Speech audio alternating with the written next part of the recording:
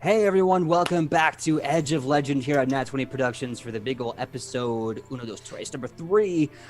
We hope you are very, very excited because we are too. Let's do a quick little introduction, I guess, to get things started. Casey, please tell who you are, who you're playing, and your preferred pronouns. I am Casey, and I play Matthias. We are both he, him, and Matthias is a rogue. I am just a bard in a chair. In life. All right, very nice. And Amy, could you please tell us the same? Sure. I am Amy. I play Eloise, who is a sorcerer, and we go by she, her. We are both just chaotic balls of energy. Very nice. Ian, please keep the ball rolling.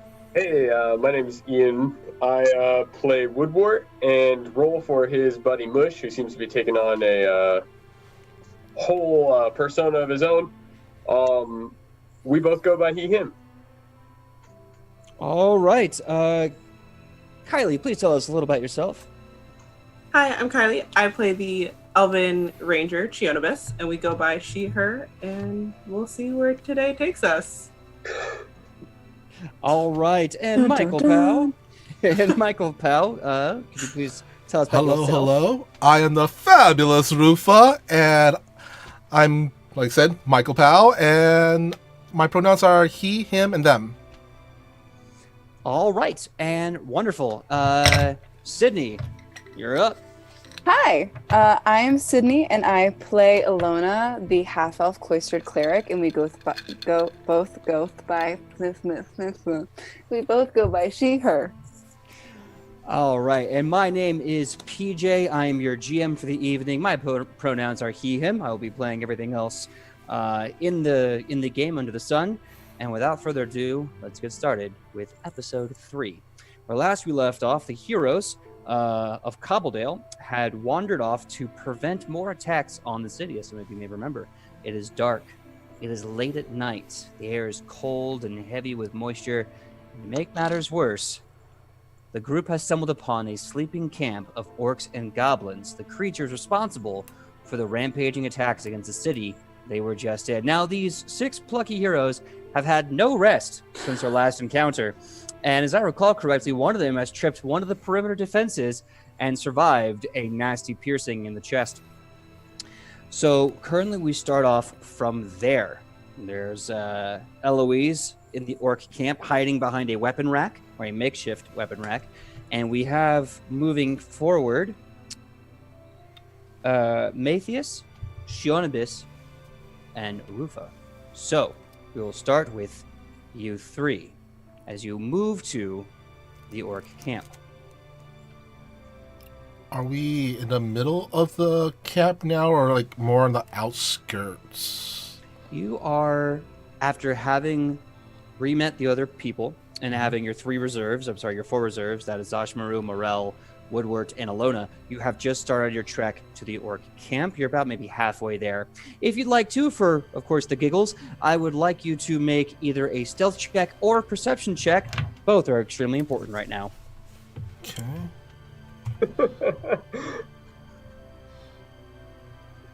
Good luck, I found one guys. stay behind. Do you want us to roll both of them, or just one of them?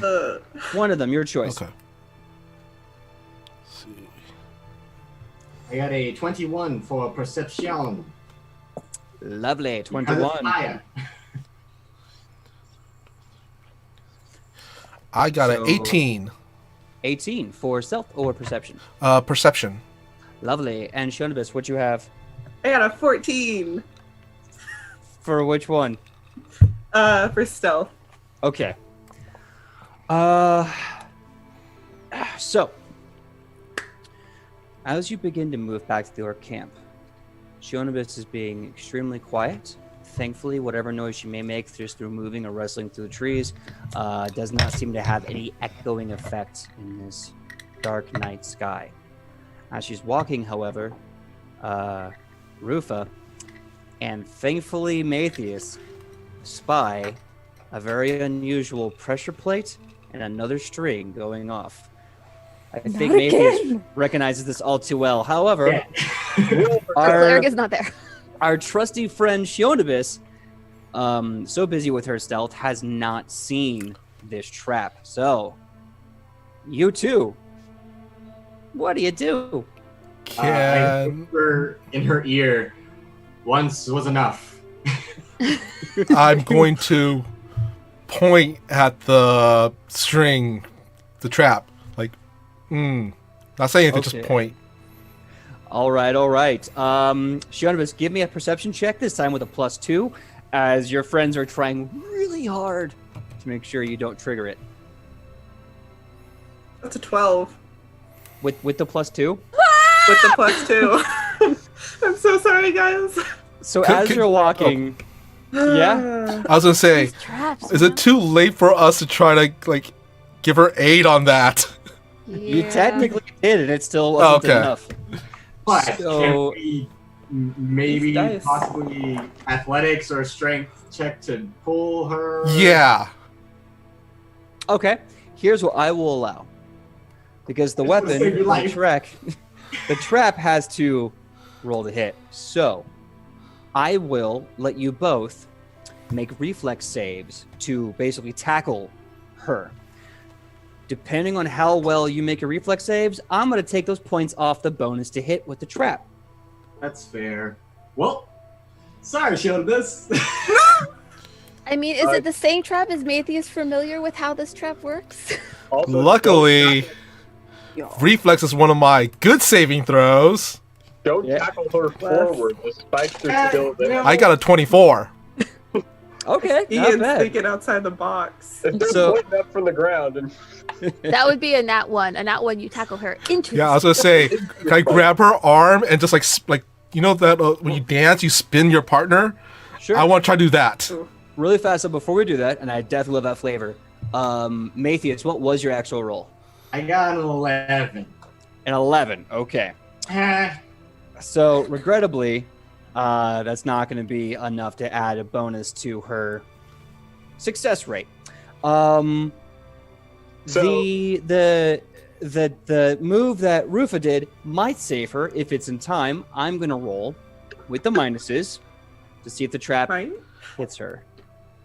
so we're at the moment now where we're either going to survive this, or PJ is going to play out the orcs going, and the entire Edge of Legend is done. Going, what was that? I'm crossing my fingers. End of story.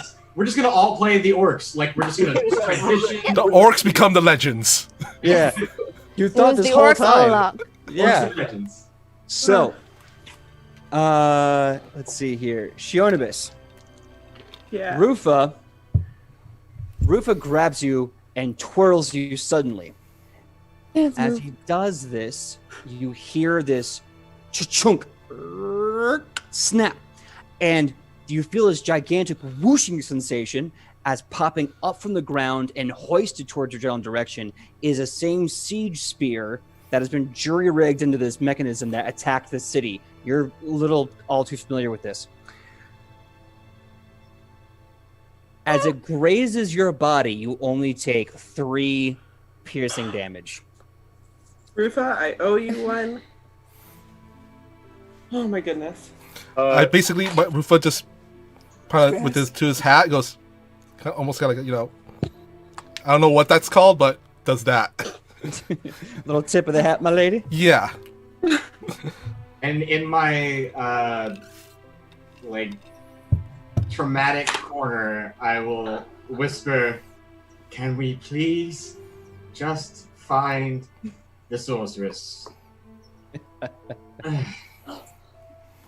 Okay, so give me one last stealth check. This time I'm going to say at a -1 because a big loud trap has just activated around your personal area. Come on, this is Oh, my can you stuff. repeat It's my that? rogue dice. Can you repeat that, please? Yes, I would like to have one more stealth check at a -1 because of the trap activating within the perimeter, making a bunch of noise.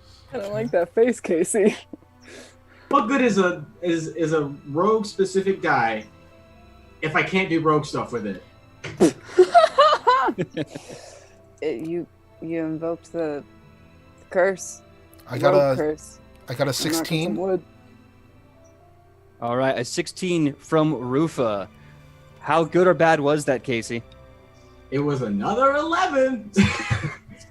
Okay. Hey, at least that's 2 1s and not 1 1.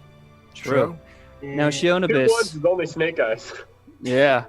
Shionabis, I want to hear a great number, man. I know you got it. What is that? What is that stealth I check? mean, that's a 14. Okay. Not bad. Okay, not bad. Not Same bad, these not bad. rolls tonight. Yeah. So, you guys continue to walk into the forest. After the awkwardness of the spear trap going off, your hackles are a little raised. There's a little bit of spike of anxiety. Your heart's pounding a little faster. You have to breathe to kind of center yourself once more. Eloise, give me a perception check. Yes. Yes, sir, Mr. Plus DM. 12 because we make so much noise. Well, I mean, yeah. Perception. That is 18. Ooh. 18. All right. So, as you are hiding behind the weapon rack, or should I say, tactically observing behind the weapon rack, you see the giant lumps of bodies in the night that is this orc camp just kind of have like weird stirrings. Just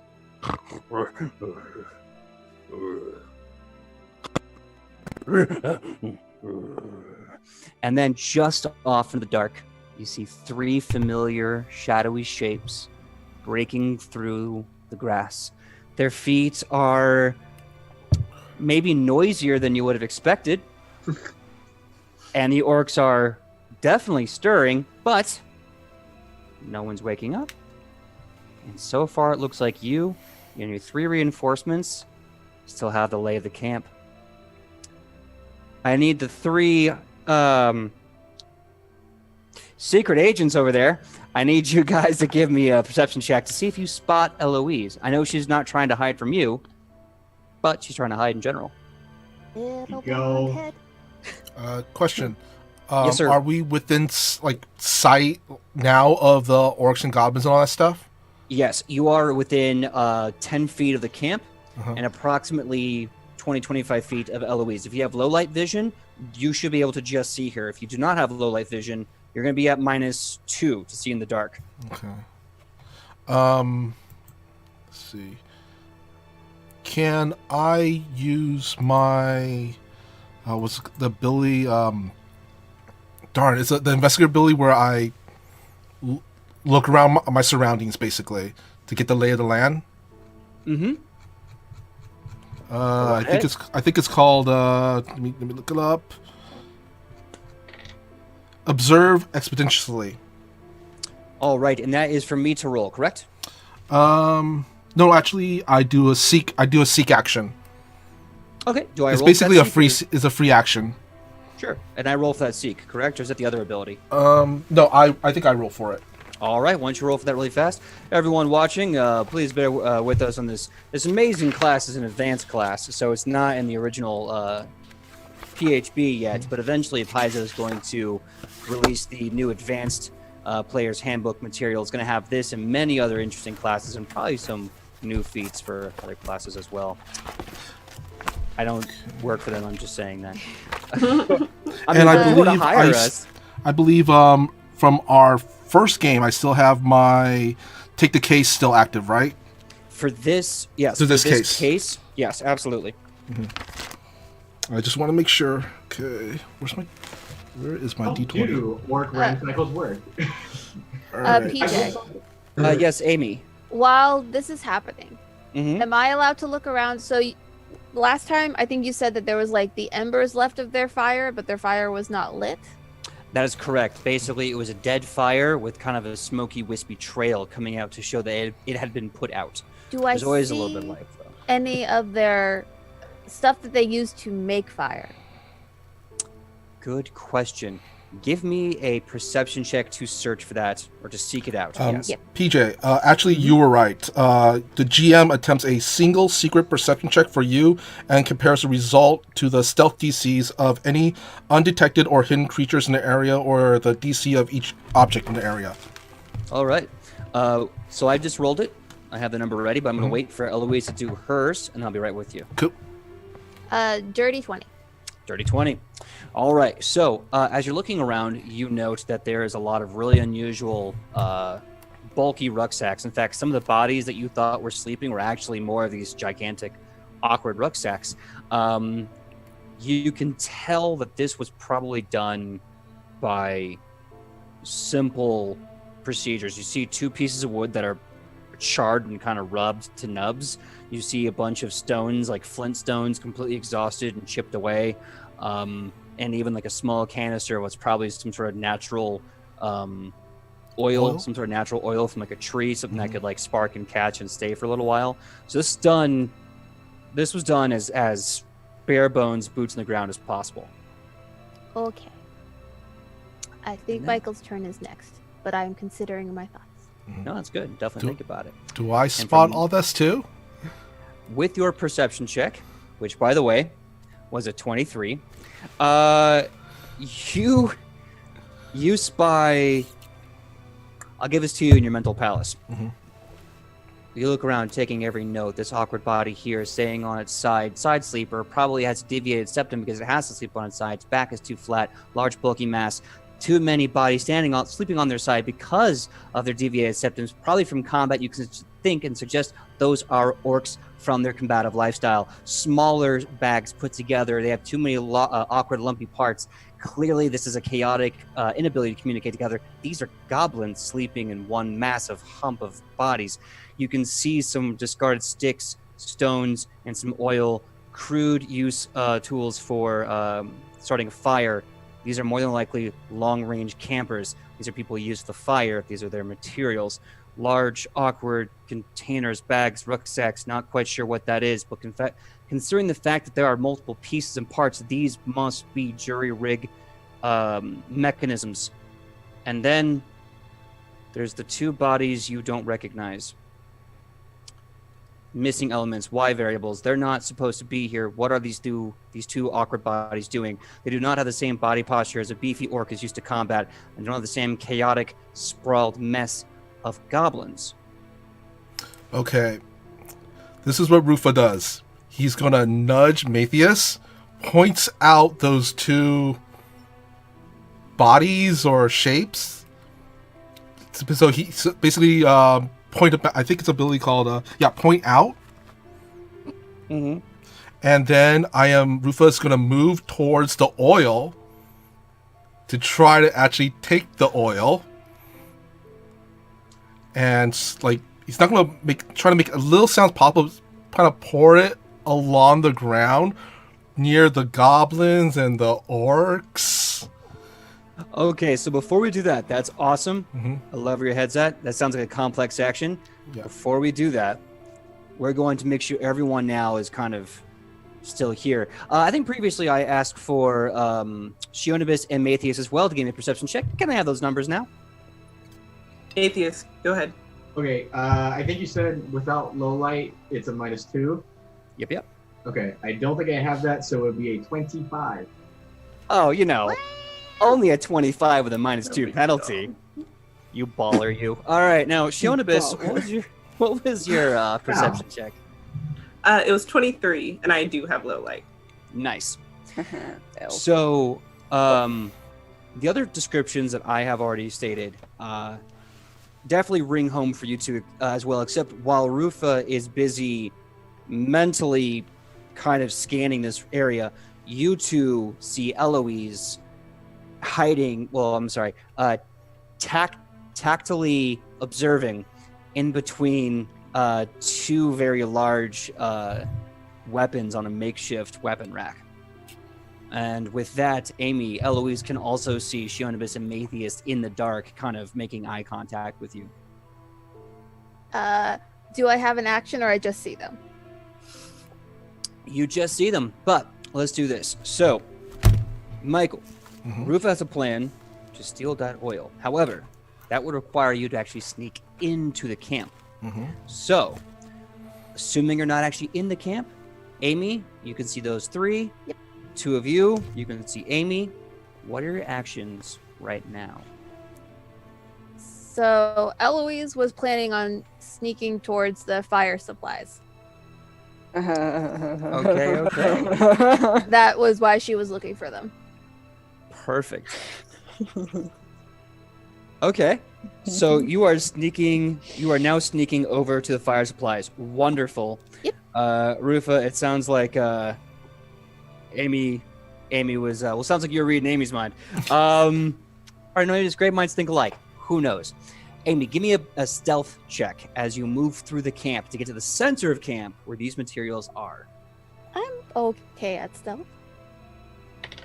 How many rolls does it take to get to the center of an orc camp? Let's find out. Apparently, not as many when I try. So that was a 17. 17. All right. So Can't find as it. you, it's too good. So as you move through the camp, your feet pad softly at the grass and mud and forest floor.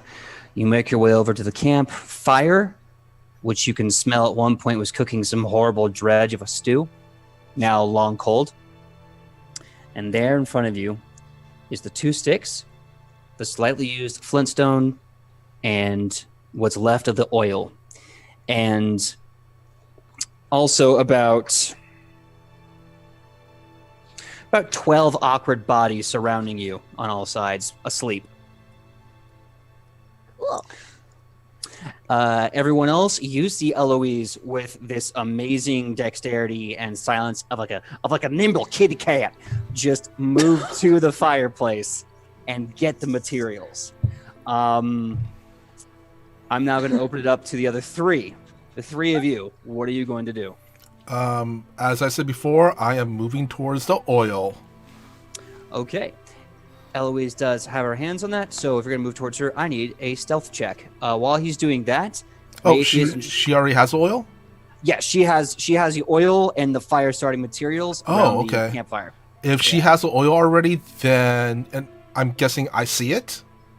Oh, yeah, totally. You see her right there in front of the fireplace with the materials. Okay. I am very, very, very blonde. I imagine it kind of glows in the moonlight. So... She sees us too, right? Yes. Okay, my character's gonna motion to start pouring around the orcs and the goblins. Not on the orcs and goblins, but like around the orcs and the goblins. Okay. So you're going to start kind of like trying to gesture to her to do that. Yeah. Matthias, what are you going to do? I will just whisper to Shionabis, like kind of nod towards her arrows, like I would lit one of those up before. It's been a while, but why not? Welcome back. In the meantime, I will just stealth until I am needed.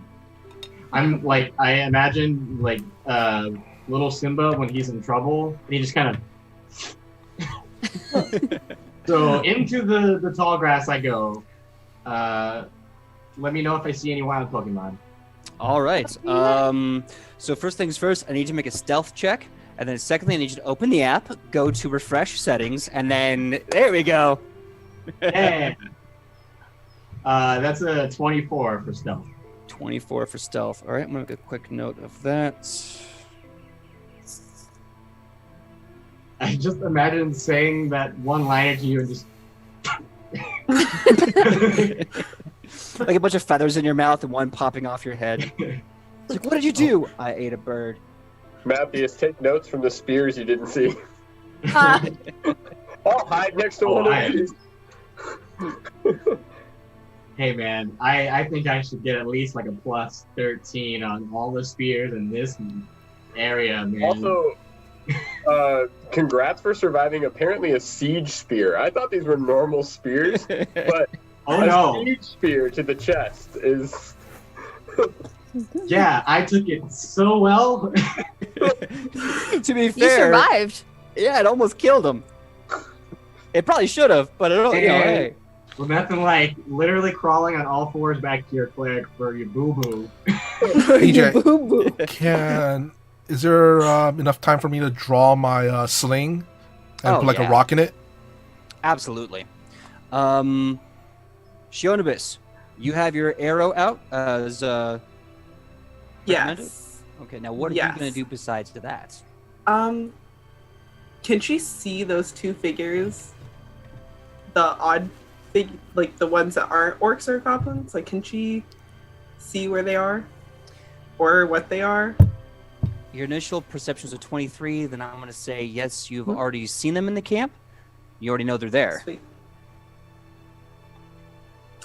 Oh, Does she recognize one of them? does Well, before 1 second, Michael, do you recognize him? I'll tell you what. Give me a quick nature check.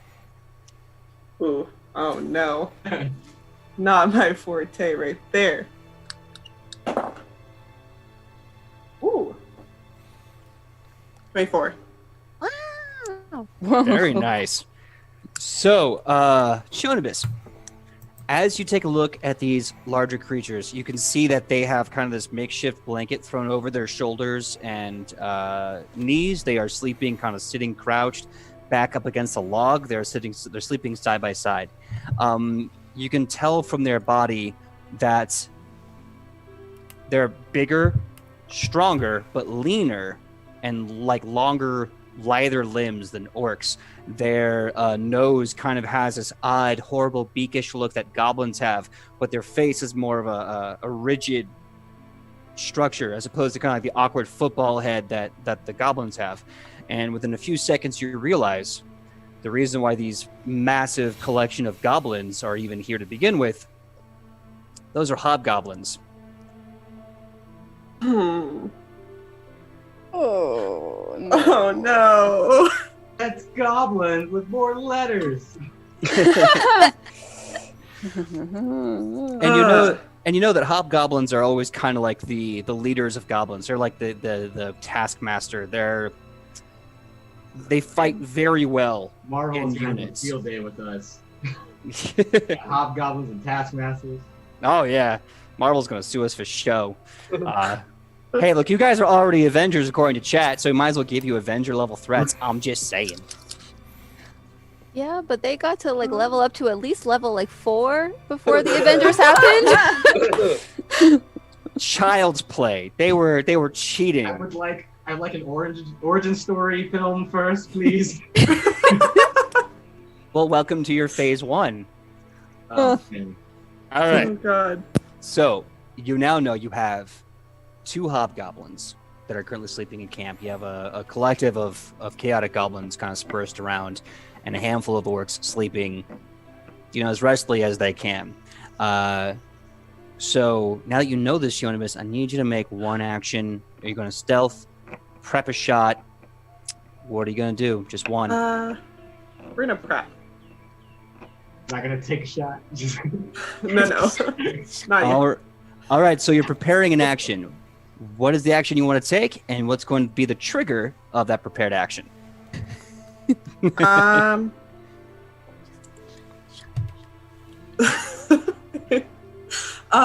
So she's probably gonna aim at one of the hobgoblins, so at least she can get one of them out of the way.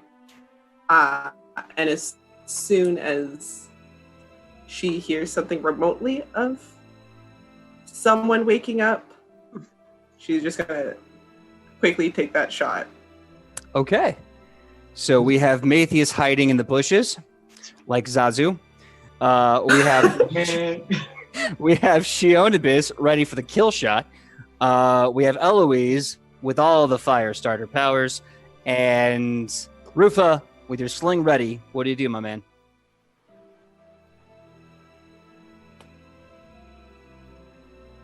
Oh, I think you might be muted. sorry. Since Eloise previously talked to us in our minds, Rufa's gonna think really. Oh, his mind. But Yeah. you told us so, right? I don't know how well I did that. So. You're like, did you hear that? Did you God? hear the thing? Yeah, if I recall correctly, Matthias was like, "Okay, we're coming." She knows we're coming. Bravo, Atheist. Okay. Whatever the X Wait. that. I'm just gonna motion to Eloise to pour the trail of oil and if she can't come to us, so she doesn't get caught in the crossfire or anything. All right. Well, it is up to Eloise. Eloise. Do I see that, or am I You- just too overcome with fire? I will say this. Ooh, even better. Eloise, Yes, you hear a voice in the back of your head. my friend. The voice comes in dark and sweet, like a hug in the dark. And it says to you, "My dear hero, look how they sleep. To save the villains, let them drown deep."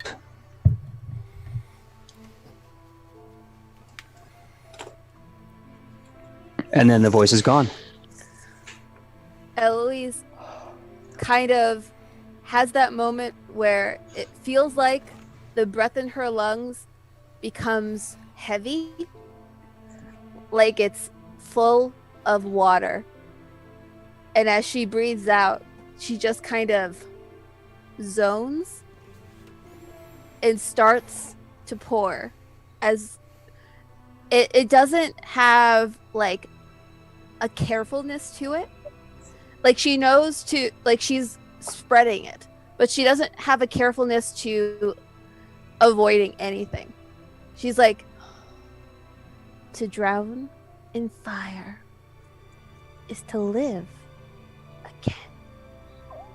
And she starts to pour, splashing it kind of this way and that way, making sure it stays like in a kind of river, but like up onto the weapons, up onto the bags, and just kind of going. You, the meme of that one guy, just being like, the blinking guy, just like, oh. So let me get that again. You said a few on the weapons, and what was the other intention? So she's splashing it like onto the weapons, onto the bags, as far as the oil will go, and slowly like moving through, like back to the camp to try to get as much covered as she can. Okay. So here is what we're going to do, because I want to mathematically show how much is getting covered by what. I'm going to roll a percentage die out of 100. Wow. So I know you never get to roll percentages. You never do. So Never. we're going to say how much of the oil, percentage-wise, is hitting the weapons. 53. Okay, so 53% of the oil is covering the weapons. To be fair, my initial plan was the weapons, but then I was told to save them. Yeah. Save those who would be your villains. Yeah. Make them good. So now we're going to With roll fire. this. Exactly. Now you get to choose. Do you want to put it on the bags or around the camp for the next roll? Around the camp, I think. Okay. Okay, that was an 11%, which leaves you, if I can do my math correctly, with, let's see, that is 64, so that would be 36 remaining? I think so. So, Around there. so That sounds yeah, right. approximately. So 36% will be on the bags. Light up. All right. Dude. So Light 'em up. light him up. So, so glad you chose this, guys. So, everyone starts seeing Eloise as she has described herself, and in this fit of what seems at first like random chaos, it then becomes this kind of mad brilliance as she's pouring this oil strategically, as she has stated. You now see she has expended the oil strategically in chunks all over the camp. Now the question is, Shionibus, you have a kill shot ready. Matthias, you're still hiding. There's Coward. She just like looks at it like, what are you doing? Pouncing. You have your reserve unit about 30 feet away that consists of the two big boys and your two healers. And Rufa, your sling is ready. You see Eloise do this brilliant act. The question is, Eloise, do you want to light this fire up? Yeah. I imagine like as she's pouring it like maniacally, just like, it's not about money. It's about sending Sending a a message. It's about saving everyone. It's that Every one girl word. meme that she's staring at the camera and there's a fire behind her. Yeah. Yes. Really Oh quick, my God, can I yes. ready an action and set up a trigger for it? Yeah. Well, tell me what it is first. What are you gonna Basically anybody that gets any enemy that gets close to Eloise, the first one I'm going to hit with my sling. I'm basically the target. do? Okay. Good thinking. I love it. I'm gonna make a quick note of that. So Rufa is going to be doing long range Overwatch to, I'm gonna say sling Overwatch to Amy's character Eloise. Okay. Overwatch. That's my trigger. Absolutely. Right now, we're gonna get sued by 2 superpowers. No, we just said we like it. We didn't use it. And then we have recharge. Yes. Exactly. All right. Now, Eloise, to start this fire, I am going to need a survival check. Okay. I don't think I know what my thing is for that yet because I never used it. Wisdom based. Wisdom. Yeah, which is my good thing. Mm-hmm. Yes. Big brain. I should use bigger tables. That is 17. Indeed. 17. All right. Make a quick note that it is 17. So, you use the stone and the wood, and you start striking as much as you can. Eventually, you're able to get a good spark. And then it just goes and it goes, and then eventually it hits the weapons first. Yay. And the weapons, the racks begin to burn, and you can see the metal just start to char under the fire. She has a moment of just looking at it and kind of looking at the metal as it starts to warp and just being like, it's so pretty. I'm just picturing Onion from Steven Universe now. Oh, God. So, I love onion. yeah. So as the fire hits the racks and starts to burn, you can see that their weapons are starting to kind of slowly become a little less effective. No one in the camp wakes up. Pretend this is 2020.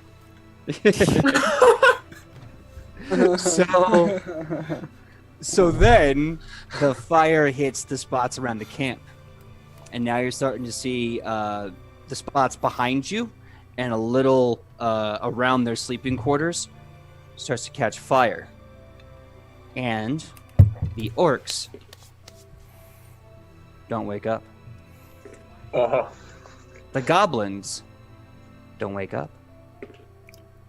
And the That's neat. hobgoblins are still asleep like nothing happened. Now, They have This- like sleep apnea or something? well, I mean, I told you the orcs have a hard time sleeping because they have deviated septums. If they smell something, they're like, no, I need this rest. I'm gonna kill innocent people tomorrow. I need a I rest. feel that. Me and my allergies Mood. feel that. Do they have like all those machines that help them breathe while they sleep? All Yeah. set up next. Yeah, it's a new magical CPAP for orcs. I love it. Now, the fire on the packs. I need everyone in this group that's here, Matthias, Eloise, Shionibus, and Rufa. I need you to make a perception check. And, that's a perception check for now.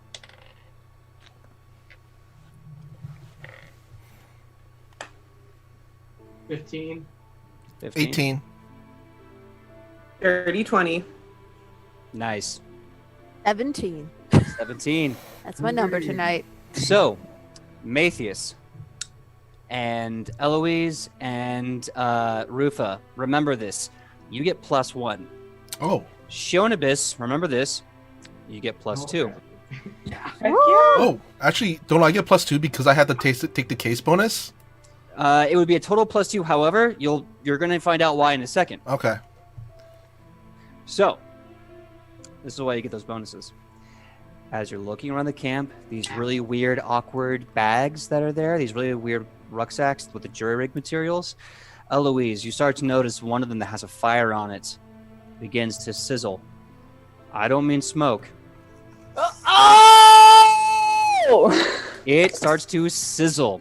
Another one starts to have this unusual red glow from the bottom. I think Sidney's about to have a conniption. I am so happy. So one of you notices that one of the sacks is starting to have a really weird orange glow coming from the base of it. And the other one starts to violently tremble and shake faster until it falls over. And you start hearing this loud hiss, like as something is growing inside. Remember those bonuses I gave you? Roll a reflex save. Oh no! Blast radius, guys. Yeah! I am so happy with this turn of events.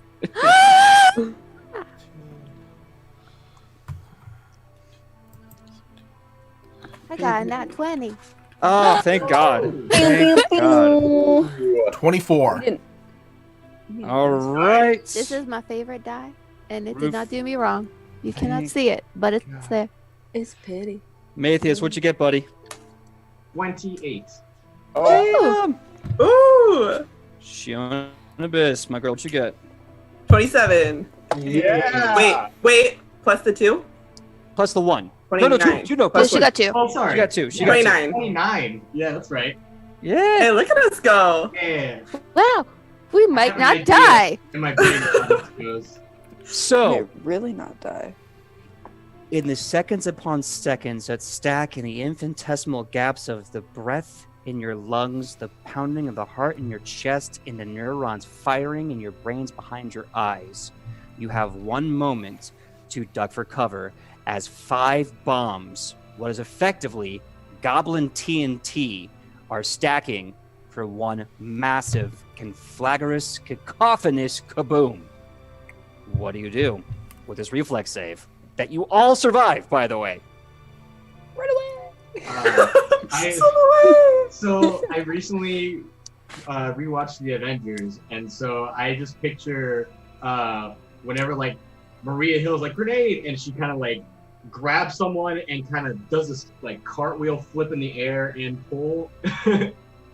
I imagine that's what happens like with Shionabis, except she probably like backflips off of me or does something stupid. I don't know what. Keep this I get train you. going. I'm on the same level. Yeah.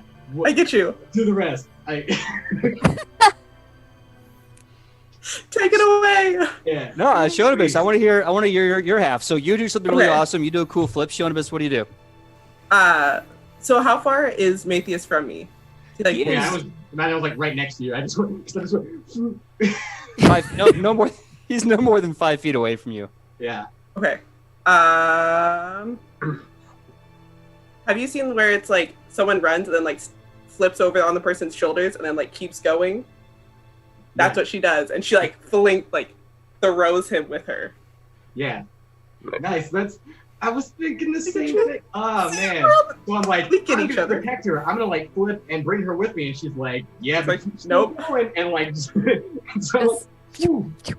Yeah, Very nice. Exactly. Eloise. double save. Double save. Eloise, what do you do? Is there any like? I would think, because now I'm just thinking Avengers because of this. I imagine she looks for like some kind of thing that's about her size, maybe like half her size, some kind of like object, whether it's like a flat piece of wood, a piece of metal, something hard, to pull up, to kind of jettison her away. There is I was one thinking the same shield. thing. Yeah. Yep. There's one shield there that the hobgoblin actually has by it. It's a Not really quick run with all of her little legs. Grab, turn, crouch. all right. And Rufa, my man. So you also see this bomb happening in slow motion. Your reflex was successful. How do you save yourself from this bomb? Rufa blinks for a second, and then just, I'm guessing, since we're in the woods, bushes, there's trees about us too. Oh yeah. He just simply spins around, hides behind a big tree, and just very slowly, you just see a head kind of I love it. I'm imagining this like effortless, fearless, like body twirl back, and then behind a tree, and then after like it's like a split second of quiet, like little head pops out. All right, you ready for the 4d6 that you would have taken? Yeah. Oh my god. Jeez. I would have been dead. 6, 12, 14, 17. You would have taken 17 fire damage from these 5 TNT backpacks going off at once. I don't even Now- have 17 HP. Yeah. Now guess who gets to take that damage? Yes! Flat-footed. Yep, they are flat-footed. Yeah, flat-footed. They are asleep. They get no saves, no actions, no nothing. So, make sure I got that. Yeah. Okay. So, the irony is delicious. I'm gonna cut to the reserve unit right now. So, you see Morel and Zashmaru. Zashmaru is like just sitting there trying to find ways to steal like a little sip of alcohol, while Morel is just kind of like giving him mean looks. Are you really drinking that? I'm not wearing it. Look, we have to be sharp. War is about us. I'm not gonna have you coming in half pissed and not even be able to focus. What if I'm full pissed and fully able to focus? Why are you like this, mate?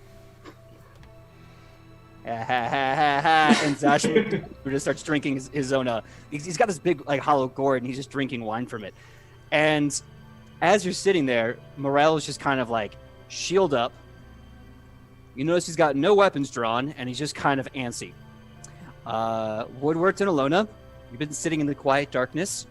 What do you do? What do you say? You have these wonderful people by you. So Woodward walks over to Alona and sits down on the ground, and he takes the shield off his back, and he sets it down on his knees, and on the back of the shield, carved into it, is a bunch of little squares. And he takes his bag out, and he goes, Alona, you ever heard of a game called Run Amok? Now, there's only a few rules, but I've been trying to teach Mush, and I think I'd like your help. And he soon starts pouring out these little rocks on this game board that's scrawled into the back of this piece of wood that he has on his back. He's using as a shield. And basically, he starts laying out the game that we know as checkers. I would love to right learn. now. This is the best thing that's ever happened to me. Yeah. So I guess during all of this, whatever they're doing, Woodward and Ilona are sitting down playing checkers on the back of his shield, just waiting to hear if any of his friends need help. So, as you do that, let's just say you've had a few games at this point. You know, you're kind of figuring out the rules of Run Amok. Is that what it's called? Yeah. So you're playing a few rounds of Run Amok. Morel's even like curiously kind of peeking over, but trying to stay focused. His right foot and right hand are kind of bouncing like he's ready for a fight. Zashmaru, meanwhile, is just drinking more wine and he's kind of just laughing. Suddenly, in the middle of your game of Run Amok, a horrible fireball just and the roar and rumble of the explosion just bounces across the trees, and you can see this giant fireball in the direction your friends came from.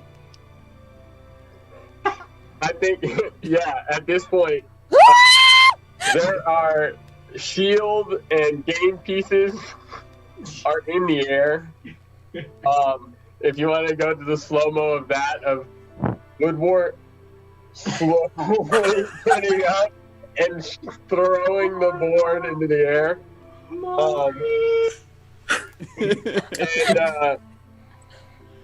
He immediately shoots both of his hands into the air and casts dancing lights and says, "Run! Run!" And just take off. from in the opposite direction of the explosion. So you and Mush hightail it away from the fire. Just bail. No, that kind of thing is nothing he's ever dealt with. So Like, that's a- So Mush, like his nose kind of pads the air. The fireball goes off, and he kind of hinds back, and he bristles a bit. And then you're like, Mush, run! And Mush is just like, and then starts tearing ass in the opposite direction with you. Meanwhile, Zeshmaru is just like kind of takes a sip, does a spit take, and goes, "Hell's yeah! I'm getting bored of waiting." He drops it, pulls out his bow, and starts running. Morel just goes, "Well, no, we need." Oh boy! And Morel starts charging into the fight. Elona, are you charging with Zashmaru and Morel? Are you full retreating with Mush and Woodward? I feel like Alona's response is Sidney's response, which is just freeze in place and be like, "What?" Alona is gonna calm down from her obvious panic, very obvious panic. Look at Woodward and Mush running away. Look at the fire, being like, "Good thing I have my burn kit." Run and follow Morel and Zashmaru. All right. Now, in the seconds to come, the three reserve get there. You all survive the fire. In fact, Eloise, as you what I like to call the Steve Rogers turtle, you kind of like put the shield up, and the fire hits you, and the blast is so strong it actually takes you up off the ground and lands you about 15, 20 feet away. So many wavelengths tonight.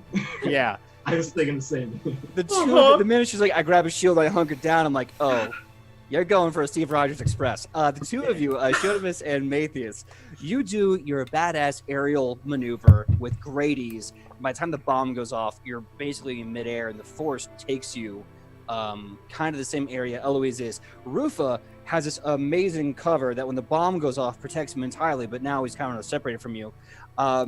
When the ringing and roaring in your ears fades, you hear another horrendous roar.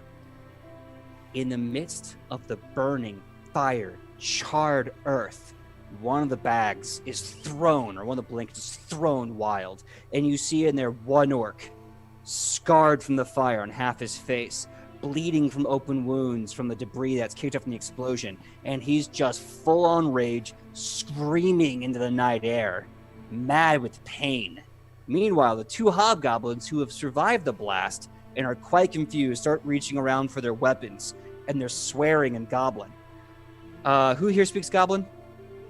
Amy.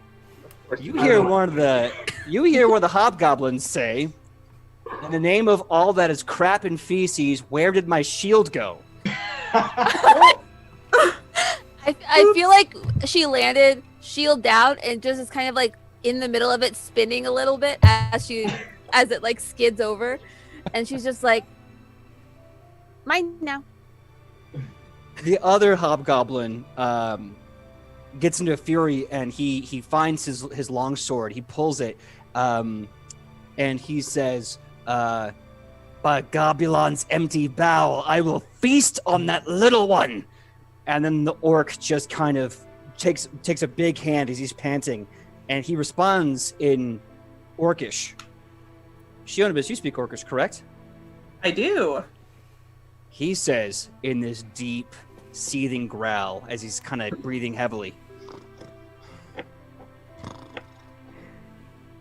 "They made me bleed. Blood for blood." And he grabs a rock from the fire pit, grabs another rock from the fire pit, and those are the only weapons he has, and by golly, that's the only weapons he's gonna need, as he and starts just haunching, looking for whoever the hell blew up the camp.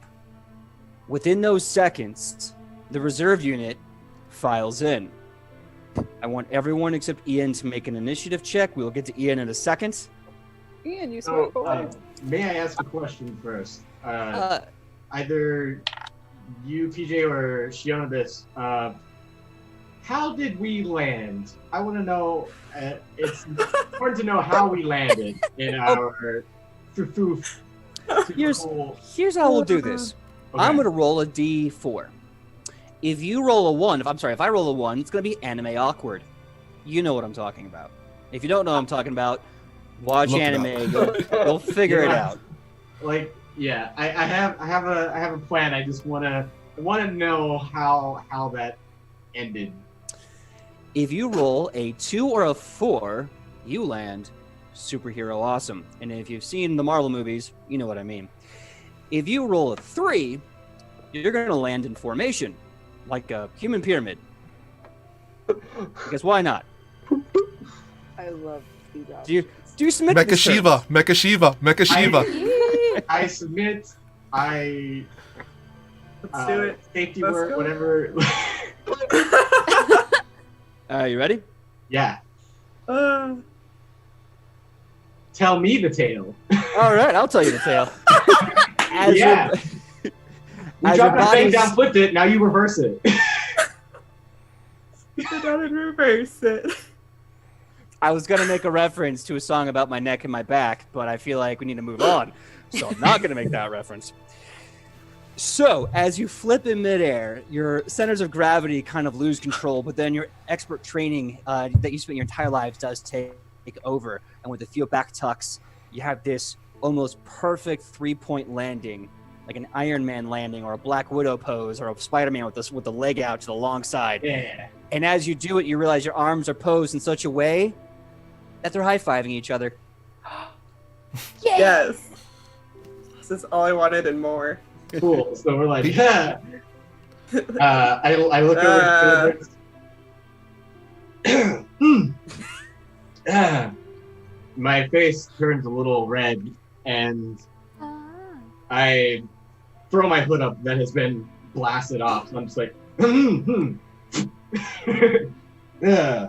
And She just avoids keep eye my- contact. She's like, Just gonna keep my head down. Awkward. Boy, I'm so glad I didn't roll anime awkward, because that would have been 10 billion times worse. Yeah. So, I PJ, think the problem is that it was cool. yeah, Rufa. did the orc or that hobgoblin that you were talking about before, did that trigger my trigger? For for a hit, no, because none of them have attacked Okay. Eloise yet. In fact, Alright. since she has moved away from combat, Laurel move away from them. Okay. The Overwatch And is kind of wha- moot. What do we add for initiative? Glad you asked. Here's where we're going to go for this. Now, the standard initiative in this edition is roll perception. But since we just kind of blew up the entire place, I will allow your reflex saves that you've already rolled to be your initiative. Which is good, because they are hey. fat, nasty rolls. So good Way on you. better. I'm gonna. Yeah, that was so much better than a 13. Oh, and also those bonuses you referred to earlier, do they carry over or nah? No, but they will still affect your initiative, which is not bad.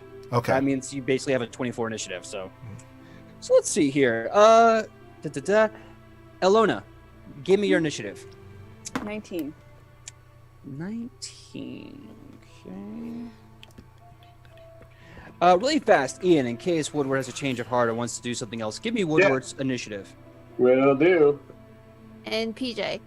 I got the nat 20 for the reflex, but the actual number would be a 28. Good to know. Ooh, and are we adding? Sorry, for me, am I adding perception outside, or do you want me to use something else? I will ask for you to use perception because you're running Okay. away from combat, so you have to. Yeah. Whoops. 25. 25. Wow. Not bad. Look at us go. Yeah, and by the way, And not a punishment, just a matter of fact. Yeah. Oh, that's a terrible roll. I love it. Mhm. Let's see. Their initiative bonus is right here. Yeah, that's gonna be great. So And now Sidney, the- I'm hurt. 2 hobs are gonna go. Oh, I got you.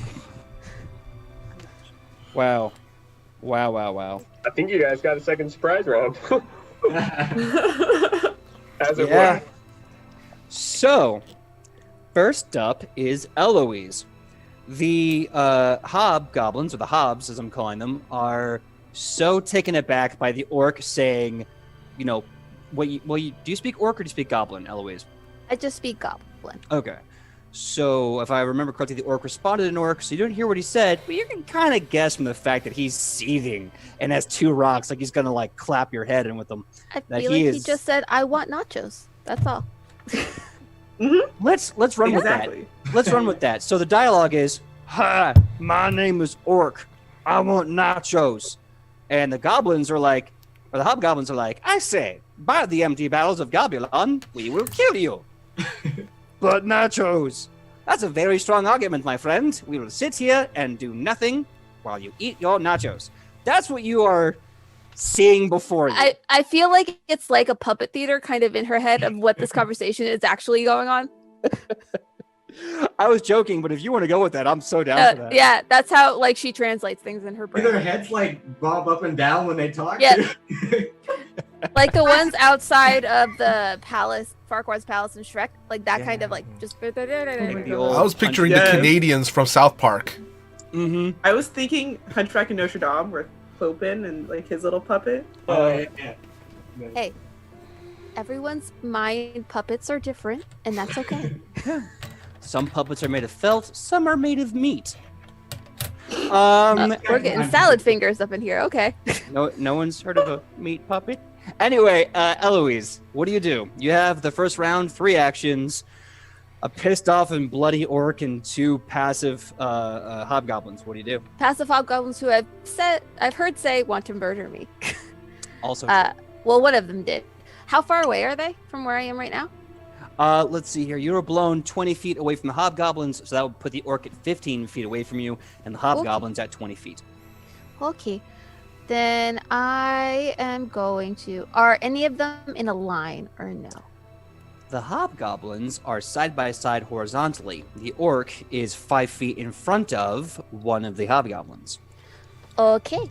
Then I am going to try to scoot my way, taking my little shield with me, to line up the orc and the goblin and the hobgoblin as best I can.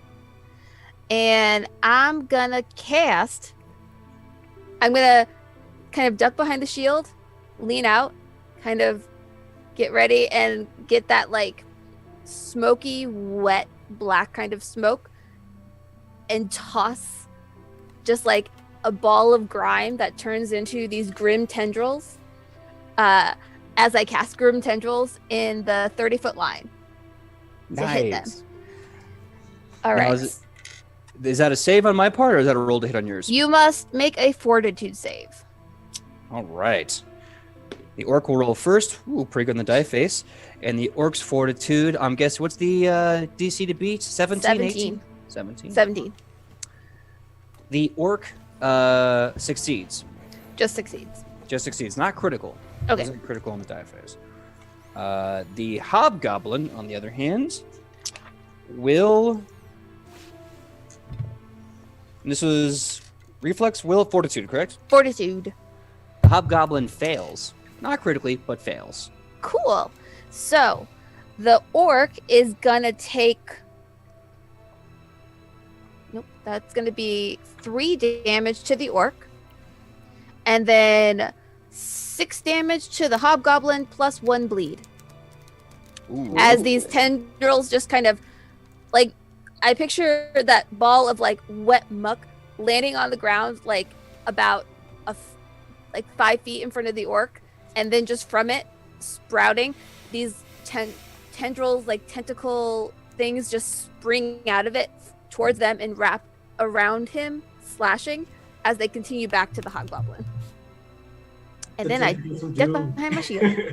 So, Ooh. as the black tendrils, the grim tendrils, I should say, attack and wrap around the hobgoblin, I need you to tell me the tale. So is this the one that said that they wanted to murder me, or the other one? That's the one that said, by Gobulon's empty bowels, I will kill you. So I just imagine he turns and sees me just kind of peek out from behind the shield and is in that pose ready to come run and attack. before he just sees me throw this ball of muck, and in like a split second, these tendrils just come and just slice through him. Just and It's- gone. Oh, it's like a blender, just like It reminds me of that thing in Resident Evil where like the little thing of grid comes, except Ooh. it's just moving. Yeah. The cube, Oh. the grid. The grid. So I believe 2 actions to cast that spell. You have 1 action left. I moved so that Beautiful. to get in line. So your attack hits the orc. It slices him, Yep. strips skin from the muscle, and he kind of drops to one knee. And as he does, you can just see like his body going limp. But then, like Hulkamania running wild, you see him, and he just starts coming back. And I mean, blood dripping from exposed bone and meat, and his eyes are literally smoldering, and blood is pouring from them as he's just holding his 2 stones, face bright green with rage. Next up, we have Matthias. What is your charisma? Oh. This is my little homebrew rule Is there here. +3? +3. Shonibus, what's your charisma? +3. Dang it! Wait, what is the stat? Are they both 16s? Mine is or- a 16. 16. Man, okay. Well, I'm sure you guys have the This exact. happened last time. Yeah. Okay. Who has the faster speed? I believe Shonibus, your speed is a 30, 35? 30. 30. Matthias, I think what's your mine's 25. Yeah, mine's 25. So. Okay, now we have a tiebreaker. Okay, Shonibus. Wait, You I'm remember. always gonna go last. Shonibus, you are next. So you see this tendril spell that's being cast from behind the shield by Eloise. You see the orc like drop and then slowly come back as the rage just prevents him from dying. As the hobgoblin just gets ginsued to hell. Just you have another hobgoblin who's absolutely terrified and a very enraged orc. What do you do? How far are either of them away from me? So you have flown quite a bit, I believe 20 feet as well. So they are about, from your last place of being you're standing, 25, 30 feet maximum away from you. Sweet. Okay. We're going to go with the hobgoblin. I'm gonna mark his prey, and then we're gonna volley. Yeah. Puke and volley. That is a 23 to hit. Oh, that hits solid. Heck yes. Where's my other one? Sidney, is that a stress ball you're holding? For 3 damage. It's a fidget cube. Oh, okay. I was like, our cleric is stressed. Same thing. Not the first time. Yeah, It's okay. for the last. It's okay. Look, it's great. They got it. Everything's fine. Everything's on fire, and everything's fine. It's fine. Everything's on fire. Chest shears. Explosions. This is not what I signed up for. Well, my world's on fire. How about yours? So, really fast. Shonibus, how much damage did that do again? You said it did 3. 3. Tell me the tale. Yeah. Nice. So she just does like one more like quick over at Matthias and go, this is awkward. Like sees like the hobgoblin, sees the tendrils, and she's like, well, and she loads and just like points upward and like looks at him and she's like, I could hit him, and just like fires and it just like woo, just like square, just like in the throat, just You like going through the throat, man. you know. It's effective. You gotta admit, it's fun and it's effective. He's not gonna get back up from that.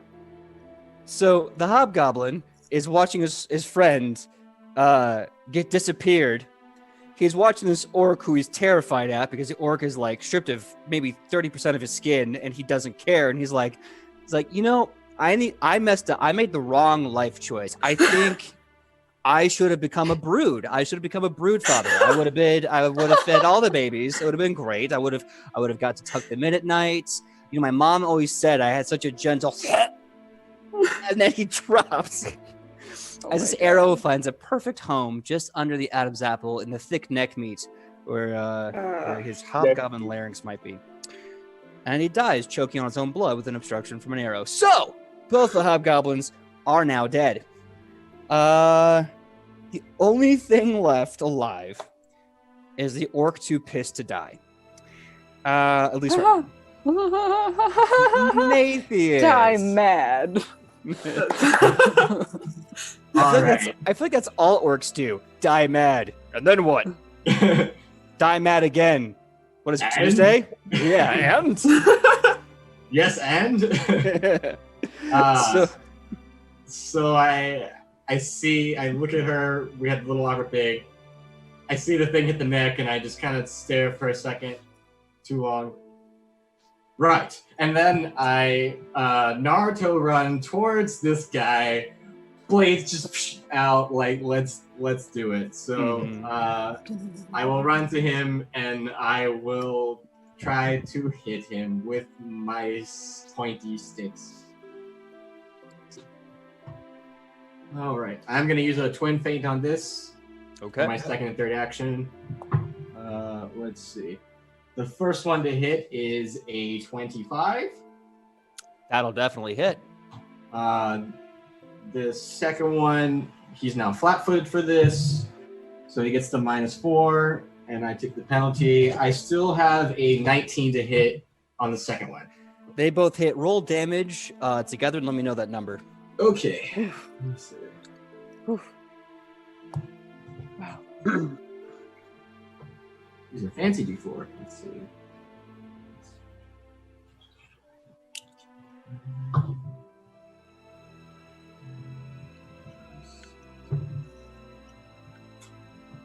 $11 seems to be my number tonight. 11 damage. Wow. So you run up, snicked out, quickly. Tell me the tale. All right, Yo. so Masters. I charge in like head down Naruto style, and I just as I just hear him go like ah, and I just go yeah, and just like a snick.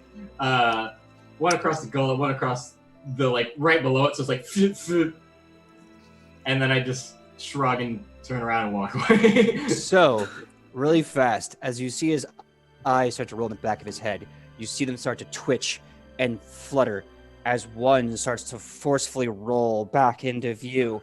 As he's bleeding from the throat, you see blood rising through his teeth, staining his tusks and his sharp fangs. As he coughs,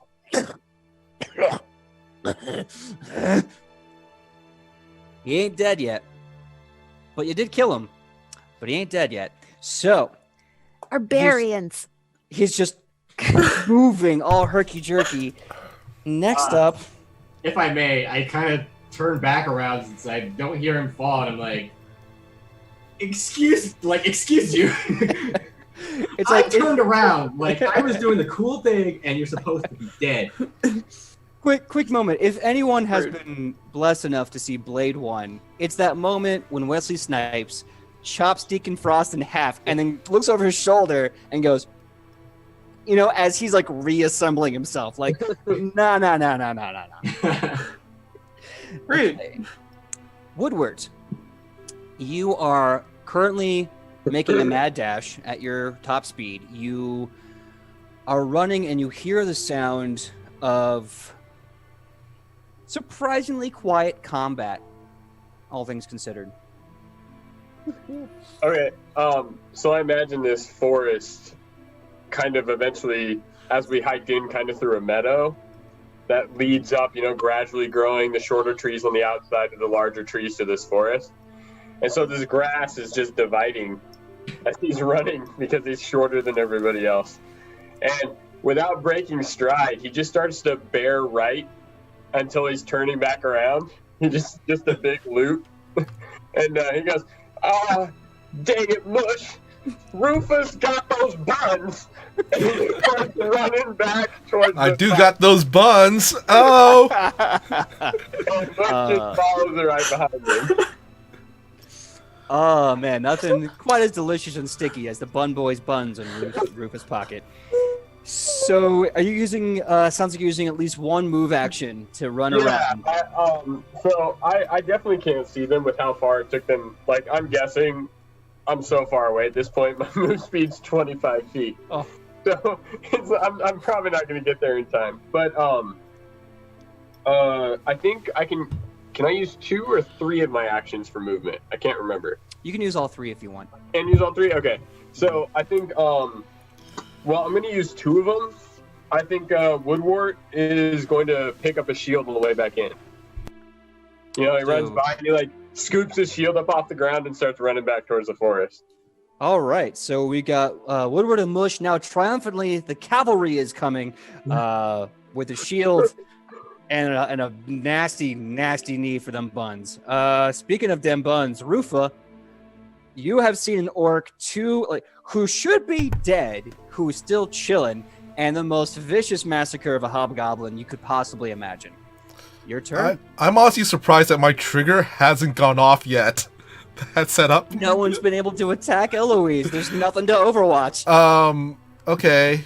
First of all, with my first action, I'm going to study suspect on that goblin, on the orc. Okay. So, which is a investigator ability where I assess my foe for weak points in combat. I attempt a perception check against the will DC of the creature. All right. Roll, and I'll let you know if you beat the DC. I got a nat 20. Oh. We really need a noise for that. I'm wondering if that's a critical success. Oh yeah, absolutely a critical success. The DC to beat was a 12. Mm-hmm. So you did it. Let me break it down really fast. Not only will I give you some weak spots and, of course, give you the bonus, but I'll even give you something more because you got a critical success. First things first, you are understanding that it's like a tree. The bigger a tree is, the more it hurts when you cut it and it falls down. Orcs are much the same. Giants, too. Big, top-heavy boys, you clip them by the knees and the legs, it hurts when they go down. So usually their base, while their strongest muscle, is also their most compromised body parts. Plus, those big giant arms are their main weapon, so you might want to make sure you're out of arm's reach, but close to the legs. That being said, you also figure out why this SOB won't die. This orc, and some orcs can do this, it really depends on their life and how they... Their diet. Their diet, you know. Their lifestyle. Yeah. They have an ability called Frenzy, which is whenever they are dropped to what would be 0 hit points or more, they are only instead dropped to 1 HP. And every time they do this, they continue to fight. And of course, every time they do this, they get another stack of wounded or wound. You get 3 stacks of this, it stops working, and you... Poof. So far as it stands, you can see this guy does not have much left in the old frenzy tank. All right. With my second action, I am going to, what do you call it? Use my sling and aim it at the orc. Hopefully taking it out. All right. Roll I'm to going to hit. David Goliath him. Yeah. It's not the size of the roof, it's the size of the fight. Okay. Or the rock. and The rock. And the rock. Let's see. I got 24. That hits. Oh. Not only does it hit, it was 1 point away from being a non-natural critical hit. So if you get 10 above the AC, it's considered a critical hit. Mhm. And Oh. the AC was just 1 away from a crit anyway. So, roll damage. Why not? Okay. Because for people watching at home, Steady Strike, if it pops off, gives me an extra 1d6 of damage. Mm-hmm. It's popping off. Until they change it or nerf it or whatever in the next book, Study Strike is like a nice, fast, and cheap way to get a sneak attack. Until everything changes, this is how it is. Yep.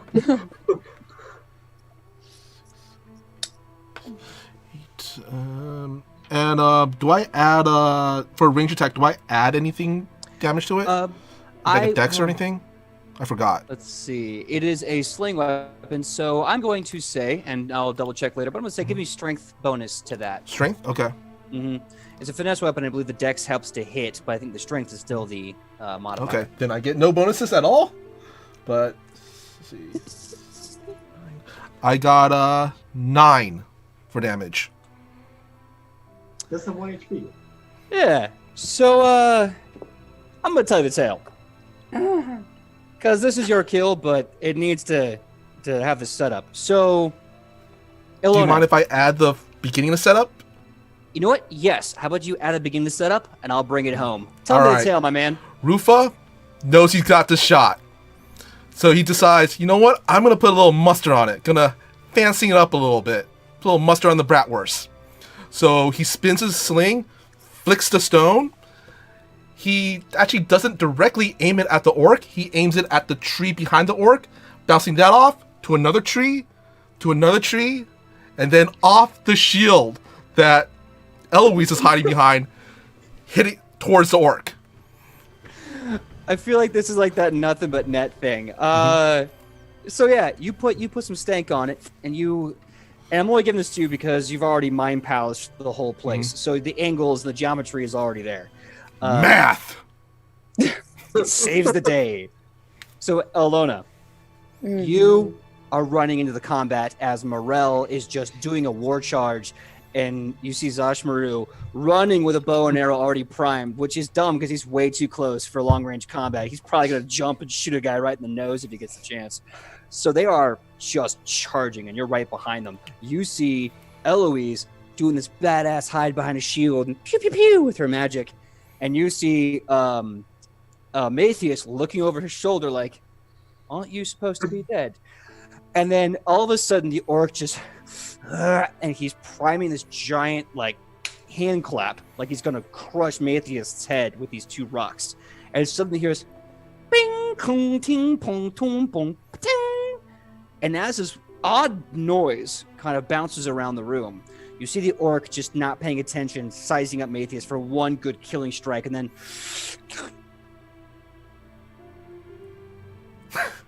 and falls dead on the ground with a giant rock jutting out of his soft part of his temple, and he kind of drops dead. Matthias, you seeing him size you up and suddenly just kind of stop, one eye roll the back of his skull and drop. Congratulations, through a bomb and some awesome first choices, you guys have killed 4 orcs, 5 goblins, and 2 hobgoblins. Woo! Yeah. And No one I just took raised any my finger and I'm like, I that's took damage. mine. The finishing touch was math. From a tramp. Yeah. So, as combat Stay in dies school, down- kids. Yeah. We here at Edge of Legend and Not Swain Productions, we support math. Why? Because it kills orcs. The more you know. All right. So everyone, after a few seconds of combat being over, you all now kind of reemerge at this campground, which, by the way, is still on fire. Just without the weapon racks or the bombs now. So you're in this camp that's just covered in dead orcs, dead goblins, dead hobgoblins, fire everywhere, but there's no combat. What do you do? I look to Alone and I say, well, we made a signal for you. I'm gonna look at Woodwort and go,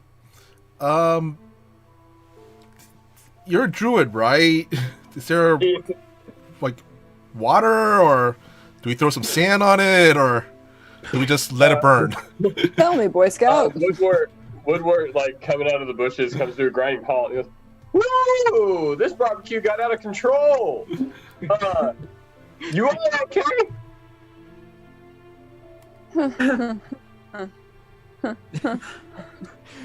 You see Morel just kind of like look around.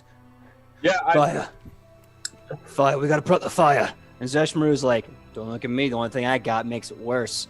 And he pours one open, he goes, anyone want some wine? It's made from rice. It's really good. Rufa kind of raises his hand. I think a celebratory bit would do for now.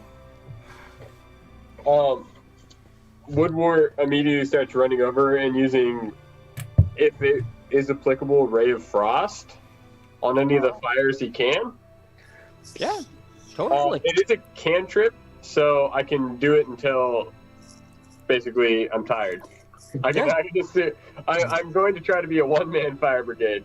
Rufa's gonna kick some dirt at a little fire. Eloise is just gonna follow behind Woodward and like pick up anything that looks shiny as he puts the fire out. Like, ooh, look at that! That's so cool! That's so cool! Ooh. All right. What about you, Matthias? I just kind of look around and I guess I'll go up to like Morel and just kind of look and just be like, dude, should I wee on it? Should I whiz on it? He looks at Not you. sanitary. He stares you in the eyes. And by the way, now you finally get a good look at his eyes. I don't know if I've already stated this before, but this is the first time you're getting to look Morel deep into his eyes. They're entirely gold, but right where the pupil is, you see this purple sunburst, like the purple petals of a passion flower deep in his eyes. So it's gold and the purple. And he stares at you. And as he stares at you with great intent, you see kind of a gold light haze and then like an effect of purple flowers kind of budding from his eyes. And he looks you deep and he says, mate, I don't think you have enough piss in your body. Get water or get dirt. That's an order. And he starts like stomping the fires and trying to use his shield to like smother them. I'm like, He's got an Instagram filter on his life. I'm like, I just kind of mumble to myself, tell this is an iPhone. I wasn't any fun. And I just kind of scoop and just like, just joining in.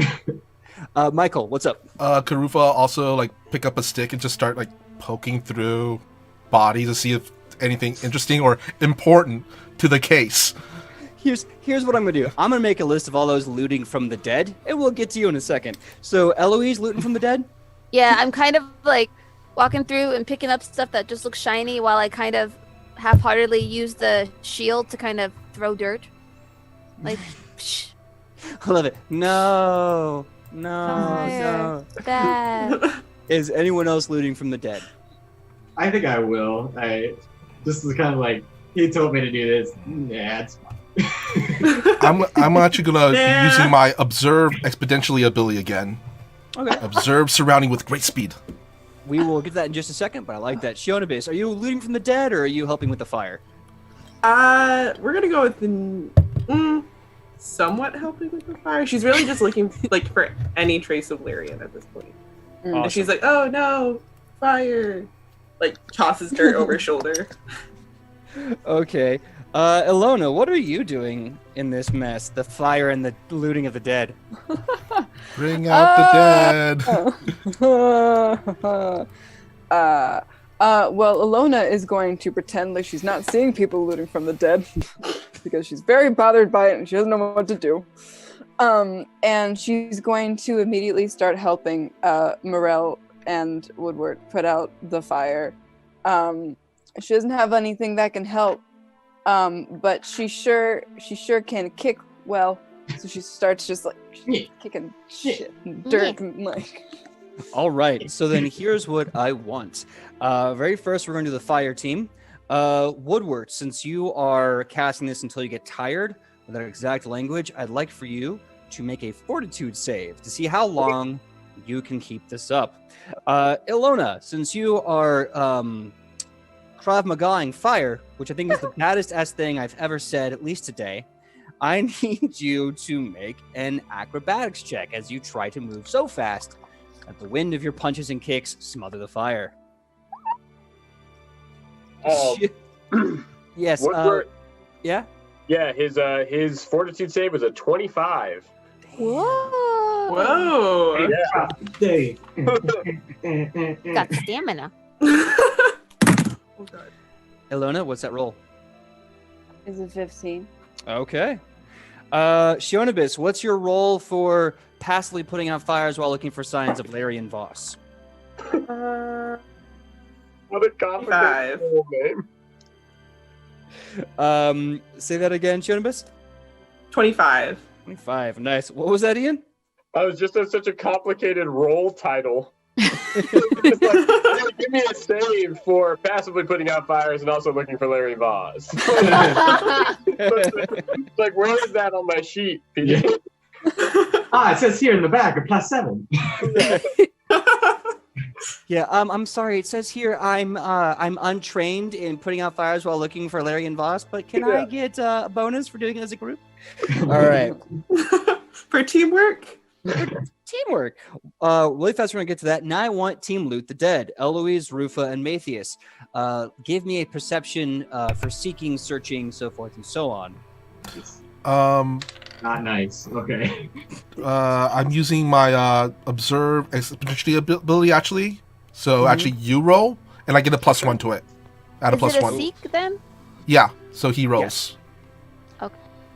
I just meant in general. So Eloise, what was yours? Well, that's why I'm asking. Is it a seek? Oh, seek. Yeah. Okay, because I get +2 if it's seek. So that would be a 22. Nice. Matthias. I don't think I get any pluses, so I got a 14. Okay. So first things first, let's go with the fire.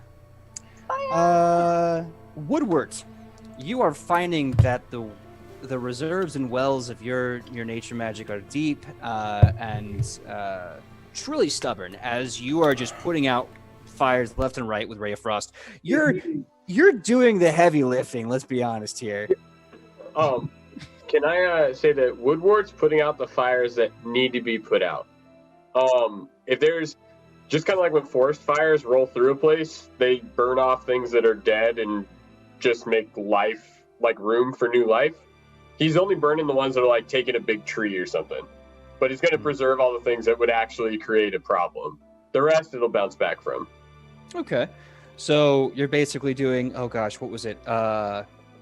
The kind of controlled fires they used to do to make sure life didn't overgrow. Forest ranger. Full controlled bird forest ranger over here. That's the scoutmaster of the troop. Well, hell yeah. Love it. So you're kind of doing fire assessment with your years of being a druid, and you put out the fires that their damage would not help the balance of nature. Eventually, Ilona, so yours was the 16? 15. 15.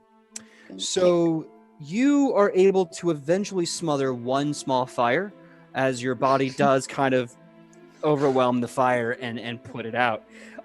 Morel is kind of running behind you. He kind of like does this thing where he takes his shield, kind of hefts it up or hikes it up like someone's got a chair in the WWE, and just starts smacking the fire with his shield. And it's awkward the first 3 hits, but by the 4th, it's out. Shionibus, you rolled pretty damn good. You accidentally put out a really big fire. Sweet. But we're gonna get to Just what a little casual. There's like one clump just like She's just like, eh. But we're gonna get to what you find Oh in no. a second. Now back to Team Grey Robber. It's called collecting evidence. Team Boo! Hey, until you have a CSI degree or an impound, it's stealing. So, Matthias, you see a few of the weapons as well as the materials that the goblins have been using to jerry-rig traps still okay, still in pretty good condition. The weapons that you see are long swords, spears, and a great axe. Those are what you find. Let's see here. Eloise. So with a 22, you find some leftover bits and bobbles of the bombs in the bags, still intact. And last but not least, Rufa. Around the fireplace, kind of hidden in this box, this kind of weird-looking small trunk, you find what looks like a thick collection of papers bound with string and covered in kind of like butcher's paper. And there seems to be written on it something in Orcish.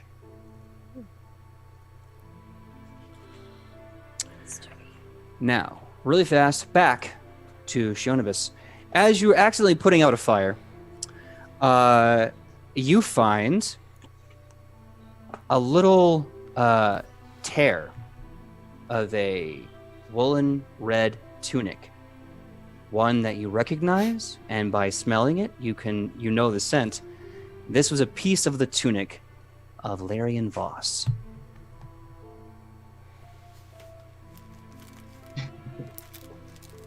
I'm so scared.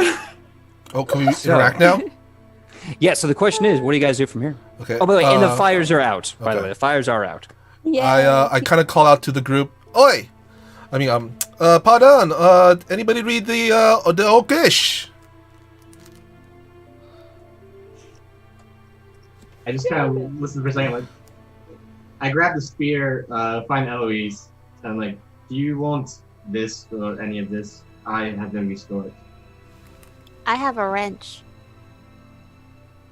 Fair enough. And I kind of like, side, like, kind of angle, kick with an angle to break the part of the spear until it's just like the actual spear point and then like a little bit of hold for a handle, and then I just kind of stash it.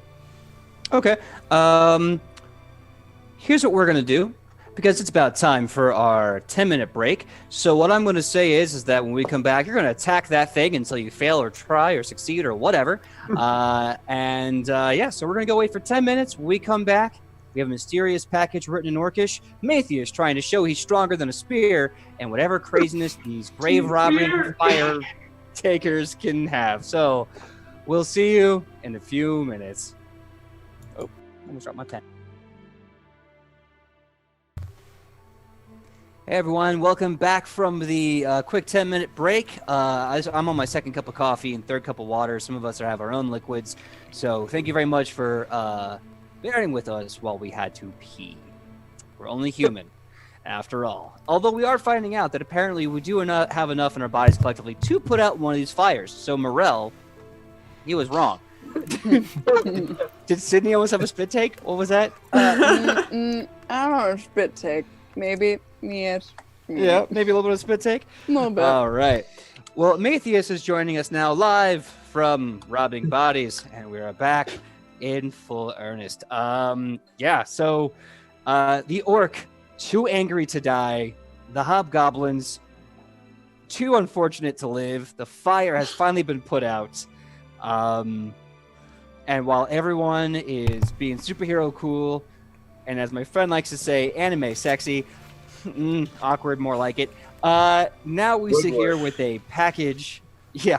We have a package now in butcher paper and twine and rope tied around it. That's written in Orcish. And the group is now kind of around this package written in Orcish. Roof has just requested if anyone can read it. And the general rule of thumb is if you can speak it, you can read it. Mm-hmm. So if anyone is capable, raise your hand. So anybody read the Orcish? Well, shoot, it ain't too often I find a book in the woods.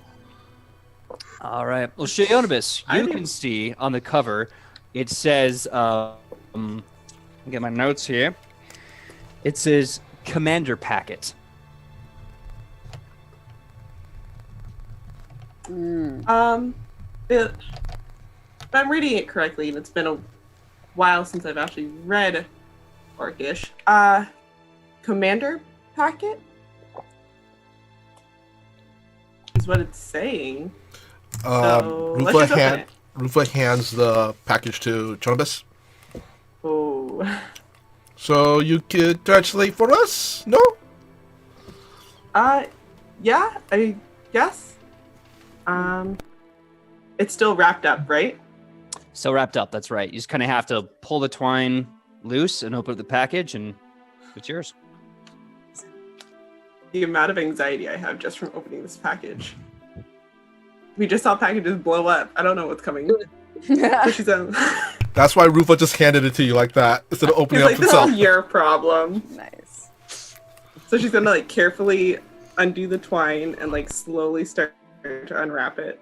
It's like, cool. All right. I'm not stressed.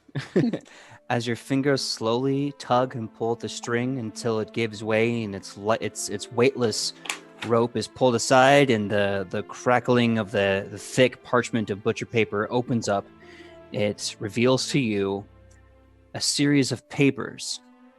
You see one of them kind of awkwardly folded. You can kind of assume this might be a letter. One of them is a thick series of papers kind of closely kept together. And lastly, in a very heavy kind of leather or hide, if you will, is a map. And everything is written in Orcish. Okay. Wow. Okay. She's gonna take the letter first. Who's next to me? Rufa is next to you. Anyone else next to Shonobus? Really If quick. The tires are out. Woodward will walk over. Really quick, is it cool for my character to pull out a pen from his pack? Sure. Yeah, you can definitely pull out a pen from your pack. Mhm. So Woodward is close by. Alona, I saw your hand raised. Are you near Shonobus? Yep. There you go. Shonobus is nearby as well. I'm going to take the letter, hand everything else to Alona, because I know she won't go through it, unlike the rest of you grave robbers. It's called collecting evidence. Oh, by the way, also Okay. with the pen, his notebook. Okay. Solid. Unfold the letter and like skims it. Is it like a fairly big letter? Well, Orcish writing tends to be rather large. It's very abrasive, and it's you know from tracking them and learning their culture that they have designed the writing so that it is unmistakable at any distance, so that no matter where you are as an orc, you know for sure without any confusion what that letter is, so you can read better. So it takes up a lot of pages. Okay. Ooh, okay. So I think that's gonna be the first thing she reads. Is The letter? and then she'll move on. Yep. Okay. So in Orcish, and only Shonobus gets this. This is what you read. You have your orders. We know the goblins are awful, but they are an asset. Use them. Expend them. General Korokus doesn't care, but remember the operation. Oh no. It represents Chief Nortal and the rest of the Blackspear tribe. May the Lord of Scars see you through. Blood for blood. Champion Zanakin. Rufa's gonna ask out loud, if you do not mind. I'm gonna paraphrase. The orcs are using the goblins, basically. We talked something about a Blackspear tribe. I've heard. I Spear? assume I've heard of them. Spear or spire? Spear, Spear. like the weapon. PJ, have I heard of this tribe? You're familiar that orcs have many different tribes. If you wish to recall specific knowledge about them, give me a lore check. Ooh. That's a 7. 7. You recall the Blackspear tribe having spears that are painted pitch black. Whoa. So it talks something about a Blackspear tribe. I've heard of them. I don't know much about them.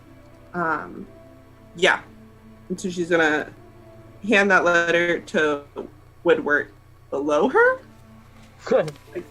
kneel down, like bend down and like hand it to him, and then she's gonna take the next stack from Alona and start reading that one. All right. Out loud, This right? one. Do you want to read it out loud? That's your choice. Yeah, sure. Okay. Why not? So you kind of do a quick cursory glance over, and then you start reading it in earnest. It's a large series of papers, but eventually you're able to get the full gist of it, which says, using the forest as cover, place multiple units outside of smaller cities. Goblins from the Bloodthink tribe will lead assaults with their creations. Blackspear will pepper with assaults, as well as the new units provided. Red Rock tribe will stay in reserves for the final push. Chief and champions will be given clearance to issue local commands. You will work together, or they will take your homes. Try it again. They will take your homes from your corpses. Signed, General Coricus. I don't like these letters anymore. So yeah, this list basically in big letters before, kind of like a head facing or a bold facing, it says orders. So these are the official war orders handed down from an orc named General Korokis, spelled, this is at least in common, you can kind of figure this out, Shionibus, spelled Korrokos.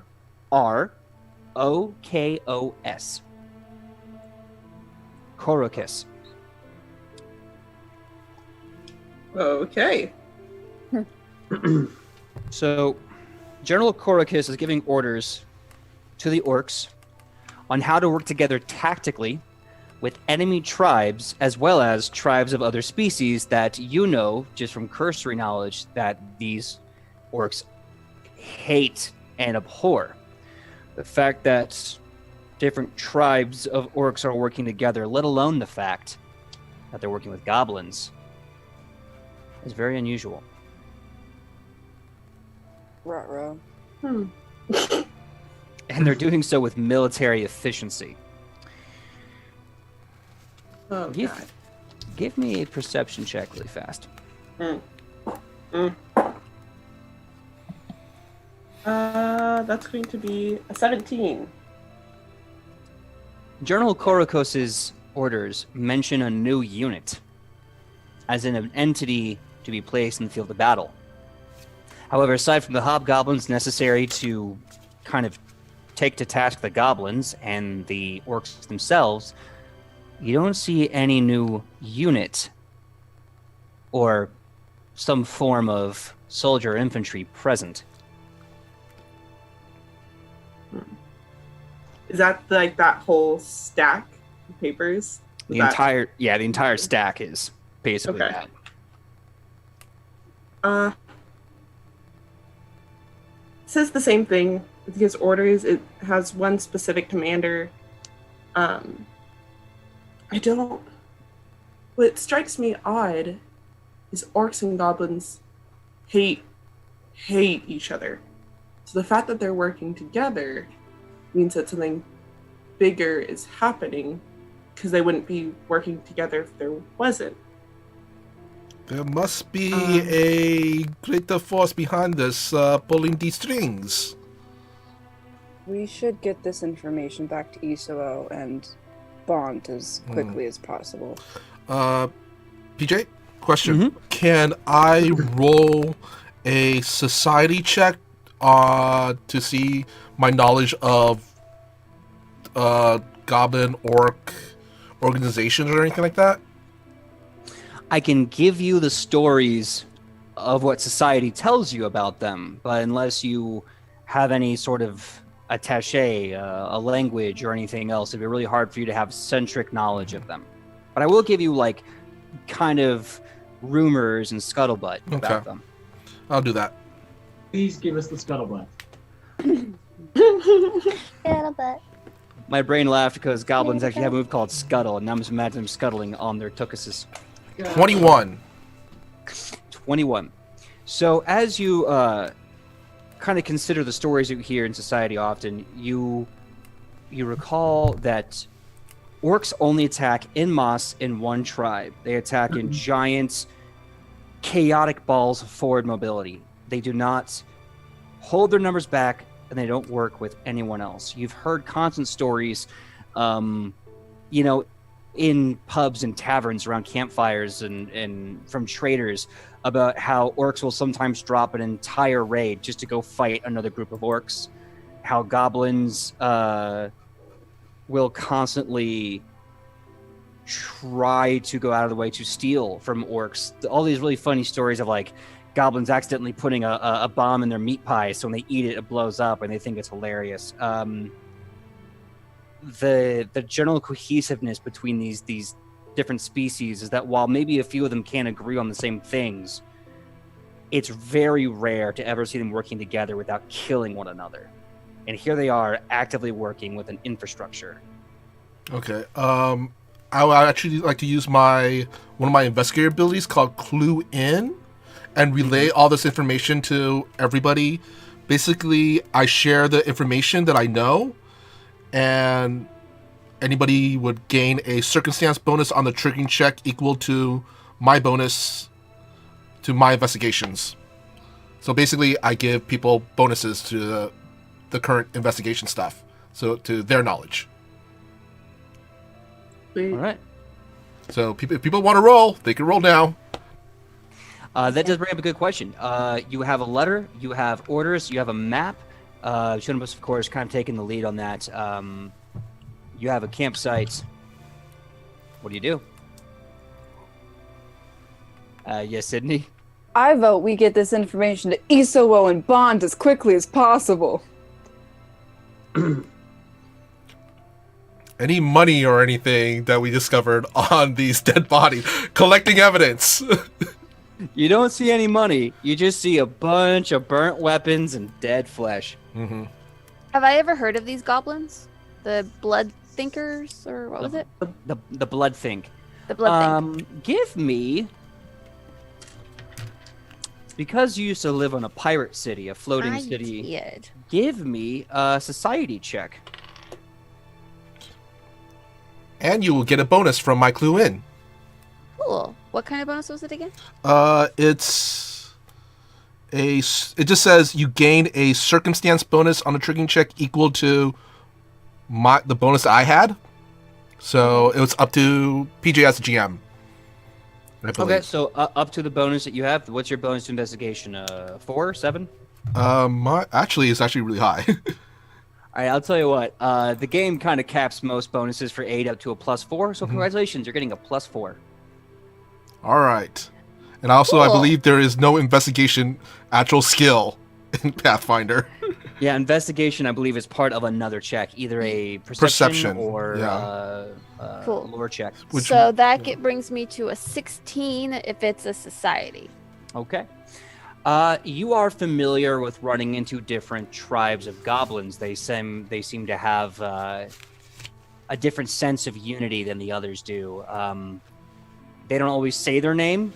Even though you speak goblin, they don't really ever call themselves a name. You kind of get the idea that the title is imaginary, and they don't really pay attention to that. But they can tell who's not in their tribe.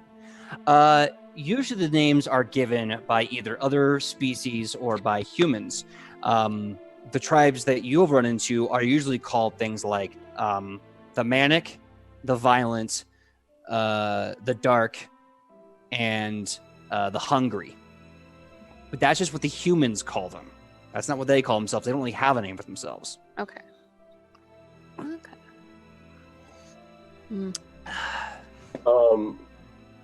I think Woodward kind of takes his stack of papers and hands it back to Chonibus. You know what? I agree with Alona. I think we need to head back because they said that there was multiple troops waiting in the forest, and it took all we had to get this one down, and a stroke of luck. Well, a stroke of brilliance from the little one. Well, same size one, but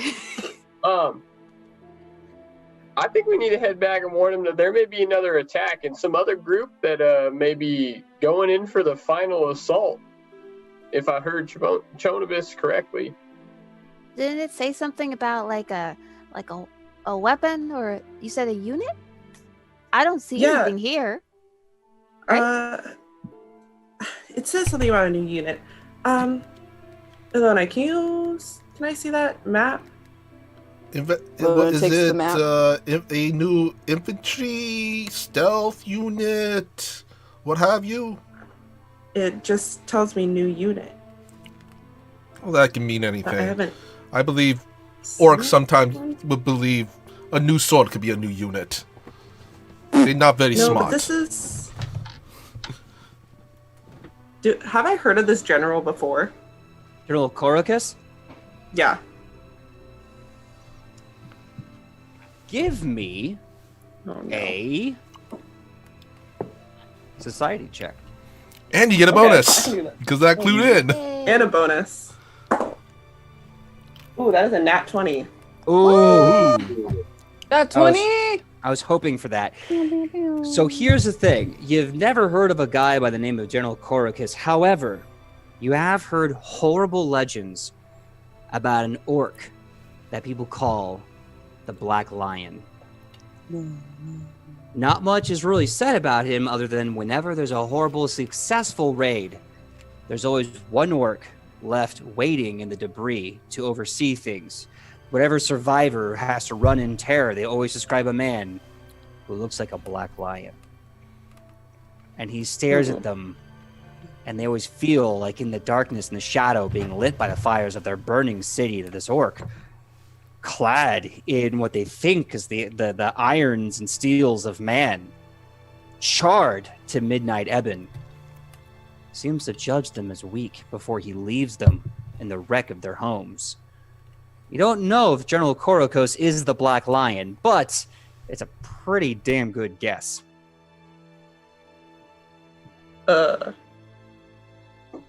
So new unit.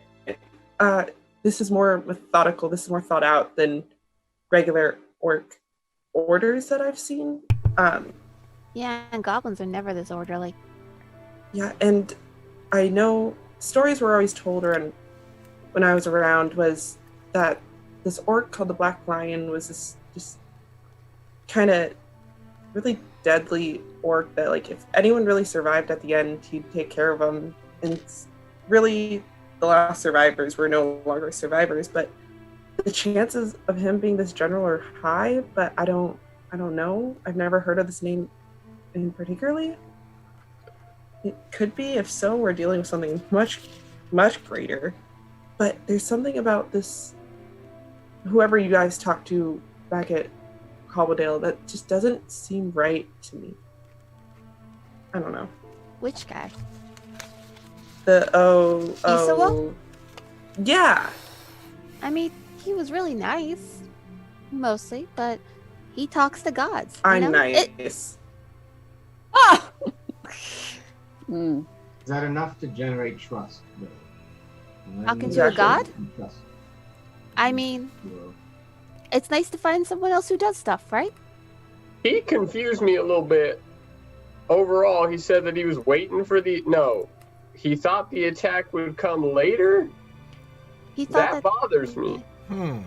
He thought the attack was coming later?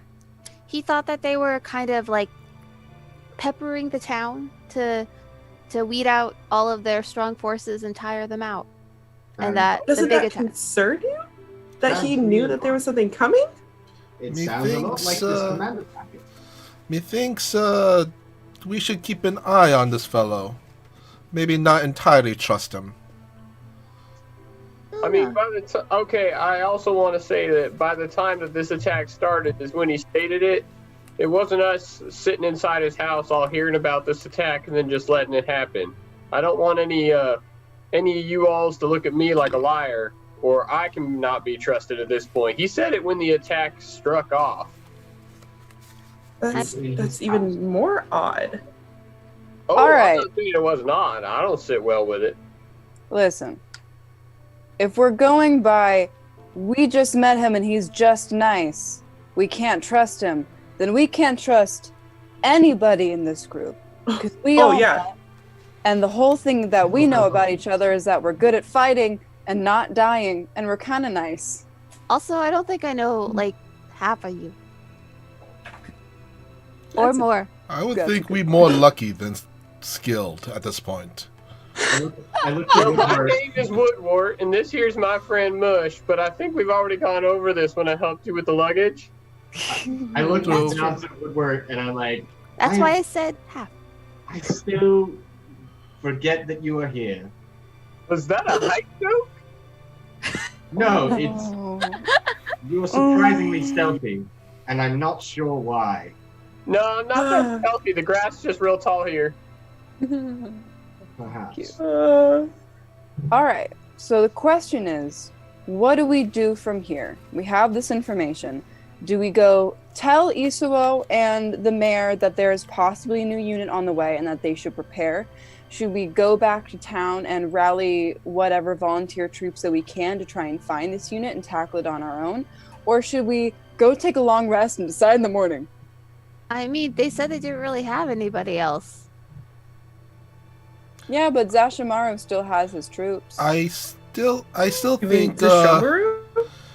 Zashmaru is there, kind of like Zashmaru. emptying out his gourd, and Zashmaru says, "Oh yeah, the Brotherhood of Dogs. They got you covered. They're patrolling the whole place. I told them to." I So still they're think at the very least the mayor should be informed of this. Perhaps a short I think rest. this is I If need mean, be. I would need more than a short rest, just so you know. Just so you let's know. rest. Let's rest, and then we'll figure it out. I guess. But I Morel, think this is a situation with something that needs to stay between us. Morel nods, and he says, "True. Soldiers move on the bellies, and if we run right back now, by the time we get there, it'd be first light, and we'd be a day at least deprived of sleep. And I don't know when the last time you even ate was, but I can tell you for me, it's been a powerful time since I last had a stew." Well, let us eat perhaps away from all these dead bodies. The dead bodies do not really stimulate appetite, I believe. Zashmaru kind of starts scratching like his kind of like mangy, like scruffy neck and goes, "I don't know about you, I could eat anywhere. I don't give a damn." I would prefer not around dead, rotting bodies. Well, It Probably helps with the Rotten. appetite. They ain't rotten yet. I know it's late, but I'm hoping that business quarter is still open. Let us I mean, perhaps, I don't think we're making it back there. I think well, we're just resting. perhaps a mile downwind preferably, before bodies start, smelling. I'm less concerned about the smell and the people who might come to look at the big boom. True. So Yes. perhaps a little bit a ways from this. As long as we are not anywhere near the perimeter, as I hate spheres. You and me both. Zashmaru doesn't laugh so much as fall out and guffaw and go, I saw two of them. How many did you run into? Was that you? Was both of those you? You know, I found one and I pointed at him. Would you like to try some? And he just kind of laughs. He goes, "No, it's okay. I'll be hanging out over here." He awkwardly says as he walks the dead bodies. "I'll be over here by the smell." Oh man! And he just kind of like drops down into his squat and starts like taking out some like crude food to eat. Are we taking a long rest or a short rest? Well, Morel is a huge fan of having a long rest. He believes that marching back to town now would just leave you guys exhausted. Rufa is Josh suggesting doesn't care. a rest, but away from the dead bodies. Yep. Like also in case anybody comes to check on the situation, we are not around said situation. Perhaps we can take nightly shifts so that at least a few of us are constantly keeping watch. True, but I still think we should not here. Perhaps here Eloise lifts down a mile at least. Eloise lifts her shield above her head and starts walking to the left, away from the stuff. I hold follow Eloise. East or west? Let's go with that. West. Whichever way was not the direction we came. Okay, you guys came from what would be north. Okay, so I start heading to the southwest. West. Okay. East? I thought you said west. It's not Reese. That's west. Are you a direction? No, I'm Patrick. Anyway, before we get sued by Nickelodeon. So out of curiosity, has anyone checked that map yet? I did. Okay, cool. I don't know if I heard that or not. So as you're looking at the map, and you guys are moving west, you see on the map, this kind of like, it hangs limply as the hide is very heavy. You see a bunch of different circles and a bunch of other things written in Orcish. Most of the things written in Orcish just say things like city, city, city, city, and you can see 7 different cities on this giant map. As far as the geography of this place, someone that kind of knows the lay of the land would probably be able to tell you where these cities are in Adalfon, like what territories they fall in, and etc. But right now, all you can tell is just it's marked City 1, City 2, City 3, City 4. Like there's no regard to that town or anyone in it. You see different circles here and there, and these are usually put as Camp Black Spear, Camp Red Rock, Camp Black Spear 2, Red Rock 2. You see another large circles, 2 large circles that seem to be like in the apex position to hit most of these cities. And in these circles, it says New Orc.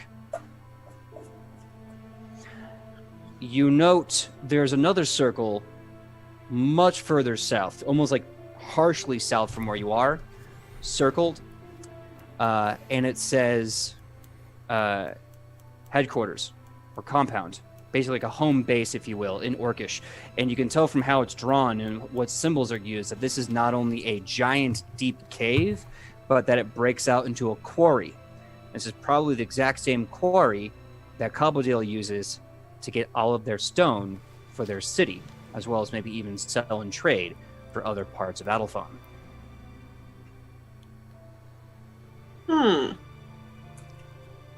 That's interesting. What is interesting? She like looks up and like closes the map, and she's like, You say something is interesting. Oh, how much orc I can still read after not knowing it for some time. Can I roll deception against her? Deception, or do you want to basically figure out if she's lying to you? Yeah, basically I'm doing that. Okay, Kylie, do you mind if he tries to see if you're lying? By all means. All By right, all make means. a perception check, my man. All right. Perceive her body language. Look at her eyeballs dilate and all that goodness. Body language. Oh, she's a pretty good liar. Mm-hmm. So what do I add to it? Deception or? It's just a normal perception check. Oh, perception. Okay. Mm-hmm. Can I roll deception then? You know what? Yeah. I'll let this be a roll off. Give me an active deception check as you're lying to his face. Out of character. Hola. Should we private message you our role or announce it? No, announce it. Let the people Okay. at home know what you're doing. I got a 24. 24. Michael Pow. Oof. Wow. What you I got? What you got, Kylie? I got 23. Oh! Wait, I didn't have any. I don't have any bonuses. No. I gonna believe say- yours I'm yours built already. around this. I was gonna say, is that Yeah. bonus from Michael a one-time use? Or does it count I never to used this? that. No, Oh, the I clue didn't in use is that. just about information relating to the case, not lying to me. Okay, because it's about information from the case. I mean, it is which about why I information. asked. Well, I'll say this: at best, it's a win. At worst, it's a tie. So, what I will say is, Michael, you get the funny feeling. You don't know exactly, like something's not right about this. You know, it's not so much you think that she's lying, but there's definitely something that's not being told to you in its entirety. Okay. Rufa kind of twirls his mustache a little bit. All right. You, at very least, you should know that we are in this together. And more information we have, the better our situation is. And you are absolutely right. She just keeps walking. Okay. Well, Rufa goes, wait. Let me see the papers. Now, just putting this out there, no one has to do anything unless they agree to. So that's your right as a player. She's gonna hand him the orders instead of the map. Should I? There you go. I love this. Rufa looks through it like, there was a map here. Perhaps, do you mind the whole thing? I didn't see a map. So I'm going to put my foot in and say, Shionibus, for whatever reason, is not giving Rufa the map. Rufa has now a list of orders for military operations in Orcish, and then that's where we're going to end that conversation right there. All right. So, now the big question is, Shionibus, first of all, everyone is taking a long rest, right? Is that what we agreed upon? We're walking a mile away from camp and setting up camp so we can take a long rest. Absolutely awesome. Out of And- the range of plots. Heading southwest. And potentially Fuck. setting up a roster of people to watch. Okay. Our best point of direction is an 11-year-old halfling walking off into the woods that we just decided was right. Hey, I'm Oh, yeah, we'll go that way, decisive. sure, why not? Yeah, she has leadership qualities. She chooses. She's got her truthiness. It comes from the gut. And a long list of murders on her belt. And she shoots lightning. Yeah, that's true. Real lightning. What's not to trust? Yeah. So you guys walk a mile in the direction that Eloise divines, and then once you find a spot, it's just as good as any other spot. You just kind of start setting down your stuff, and you start making a camp. You guys can start trying to figure out shifts as well as any campfire actions that you want to do. Campfire actions, by the way, this will be an opportunity for you to make plans for the next day, do investigations, downtime actions. You can also talk and interact with the NPCs or each other. The option is yours. Campfire song. I want to make a note. I want to make a note really quick. For sure. Rufa does suggest we do take shifts guard shifts, and he makes a note to 2 at a time. He makes a note to have his shift with Chonibus. How did I know? Well, okay, that actually brings up a very good point. Shonibus, when time comes for guard, do you want it to be on shift with Rufa? Sure. Okay. Yeah, it's probably better to do shifts in 2. Okay. Because if you don't want to, if you're like, nah, I'm putting this thing to rest, let me know. And if you guys want to keep doing it, if you want to keep playing this out, I'm more than happy to roll. Let's go. All right. So Let's go. we have Rufa and Shionibus as one group. Who else wants to be in a pair together? I I'll go don't as mind taking the first watch. I do not care who joins me. I'll join him. Okay. So we have Matthias and Eloise. Now here's the thing. The NPCs are still around. So if you wish to take a shift with an NPC or other PCs, you are free to do so. I don't care for them very much. Rufa would advise the two Zashmaru other- hawks a loogie and spits at you and says, I don't like you either.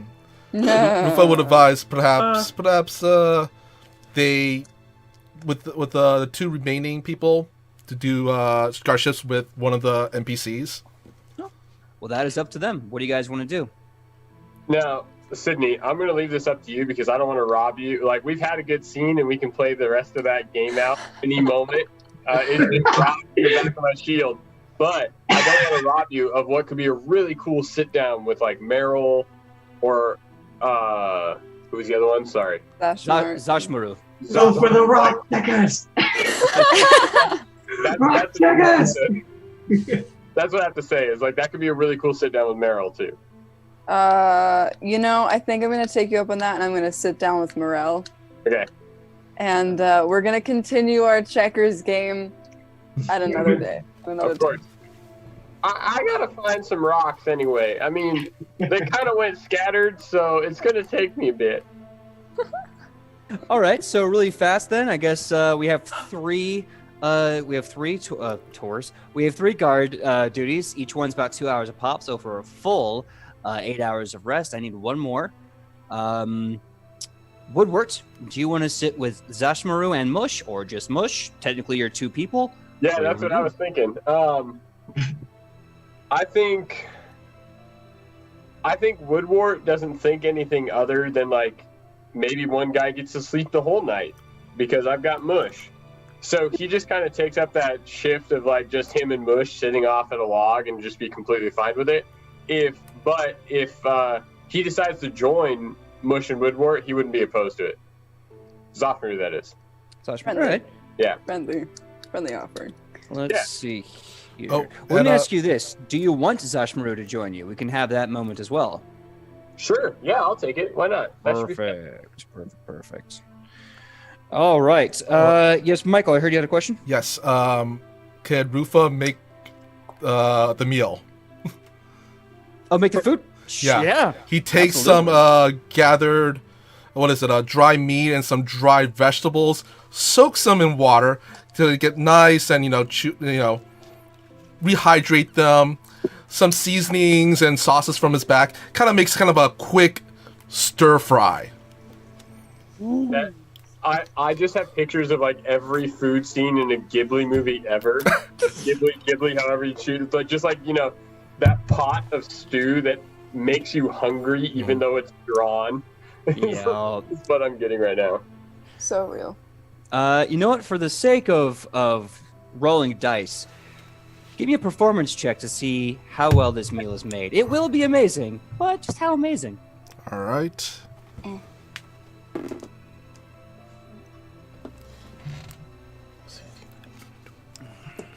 24. Not bad. All right, let me make a really quick cooking check. All right. So, during your all's shift, for the roll that I will need to see what happens, or should you want to do any social interactions, whatever, everyone gets a +1 from that amazing meal. Yeah. Reduce guard shifts. So the cooking was awesome. Everyone's having a great time. Nice little potluck. Everyone's coming together. Shabu shabu. It's a great time. So really fast, who wants to take first shift? We have a couple of pairings. We have Rufa and Shionibus, Matthias and Eloise, Ilona and Morel, and Woodwort, Mush, and Zashmaru. Who wants to take first? I see Matthias wants to take first. Yes. Okay. Sure. Anyone else disagree, agree, so forth, so on? Doesn't care? Yeah. Doesn't care. Okay. Go for it. All good. Okay. All right. So while they're doing that, any downtime actions, or do you want to go right to bed? I was gonna say, Rufa is basically just he's gonna keep an eye on Chonibus. He's Okay. Shionibus. if there's any the map peeking out from a bedroll or anything like that happening, he's gonna laser focus on that. Okay. Well, we'll say that you're paying attention to Shionibus. Shionibus, what was your downtime action? Well, the map is away. You're not gonna find that. She's gonna examine that cloth, Valerian Voss's. Okay. And just that's where all her focus is. So many thoughts are going through her mind. Oh God, please be alive. I don't want to have to tell the guard this. I'm gonna cry, and then you're gonna cry, and it's just not gonna be good. Okay. I'm making a note that you are inspecting the bit of cloth. And Rufa is inspecting her. Inspecting the cloth. Okay. Rufus inspecting Shionibus. That's your downtime action? Because I'm going to write that. Yeah. All right. Inspecting. I feel like that's like a really weird song, inspecting you, ooh, inspecting me. I was just thinking that. Inspecting you, cause you're inspecting me. Man, early Sure. 2000s music, you guys. The darkness. great. I'll miss them. All right. Anyone else have any downtime actions, or do you want to wait until your shift? I'm my- just sitting to the side somewhere, kind of conversing with my friend because we had a good day. Okay. What about you, Woodward? Oh, he's trying to find new rocks. He's trying to find two very distinct, Yes. like light gray, dark black. He's just trying to get somewhere inside of that that'll be just like can be distinguished on the board. Okay. Bush can't see colors, so he's got to go for the primaries, black and white. All right. Matthias, do you have any DTAs? Downtime actions? I'm going to grab 2, I'm guessing, bowls of the Stir Friday and join Eloise. All right. So you're bringing food to your watch. Very nice. Ilona, how about you? I'm going to pray to Afra. Because this is all happening real fast, real quick. It's a whole new world. And she's gonna pray, and then she's gonna go to bed. I'm Afra's pretty great. sure. Afra's good. Let us thank her for our food. Good feet, good food, good meat. Dear Afra, let's eat. All right. So, okay. First up is, I think we said Matthias and Eloise was going to be first. So, as you guys are doing your downtime actions, Shonibus, you're looking at the cloth. Rufa, you're kind of just staring a hole through Shionibus. Woodward, you were looking for rocks. Elena is in deep prayer. Look how deep that prayer is. So Matthias and Eloise, you kind of have this moment. You're sitting down next to each other. Eloise, as you take your shift, you see Matthias come by with 2 extra bowls of the level 24 cooking goodness. Right. And before we get started, I would like you all to make either a check now for each other or a check for perception to see if there's any threats about. You guys get a +1 from the amazing food. I will always do that perception whenever. Yeah. It's just those on watch? Just those on watch. But the thing is, when you get your turn to do that, you Yep. get the bonus as well. Perfect. Cool, great. So I get the choice of either doing a perception or doing something to inspect Matthias. Yeah, any skill check, social skill check, etc., etc. Cool. Yeah, I'll go ahead and do my perception check now. Okay. Might as well. Oh boy. Wow. Even with that +1, it's a 13. Yeeks. It's supposed to be the thing I'm good at, but 3s do not help you. You're out of the city. A rogue out of their element. You got Is Yeah. is this roll on our own guard post time or on theirs? It's on your guard post. Okay. Eloise, do you want to make a perception check now, or do you want to say that for a skill check later? I'll save that skill check for later. All right. Matthias, as you sit down to a nice meal with Eloise, you stare out in the inky blackness of night. You see nothing of interest. Eloise, Matthias, I assume you're handing her the other bowl of food? Yeah, you said you were sitting, so I just kind of offer it to you, and I say, who are you talking to? I have my little octopus down kind of more in my lap, kind of face to face. And she's just kind of been relaying the day to him. And she looks up at are you offering me a bowl? Is that it? Yeah, I just kind of like hand it down towards you if you decide to take it. You know, just you tell your friends kind of what you do, right? That's what friends do. I sit beside her and I say, does it speak in return to you? I mean, yeah. I lift up my little octopus to kind of wave a tentacle at him and be like, he says a lot of really great things. He told me, how to, get the fire. And it was his idea. And it worked really well. It saved all of us. And not gonna lie, I think that, I did really awesome today. You did. You did indeed.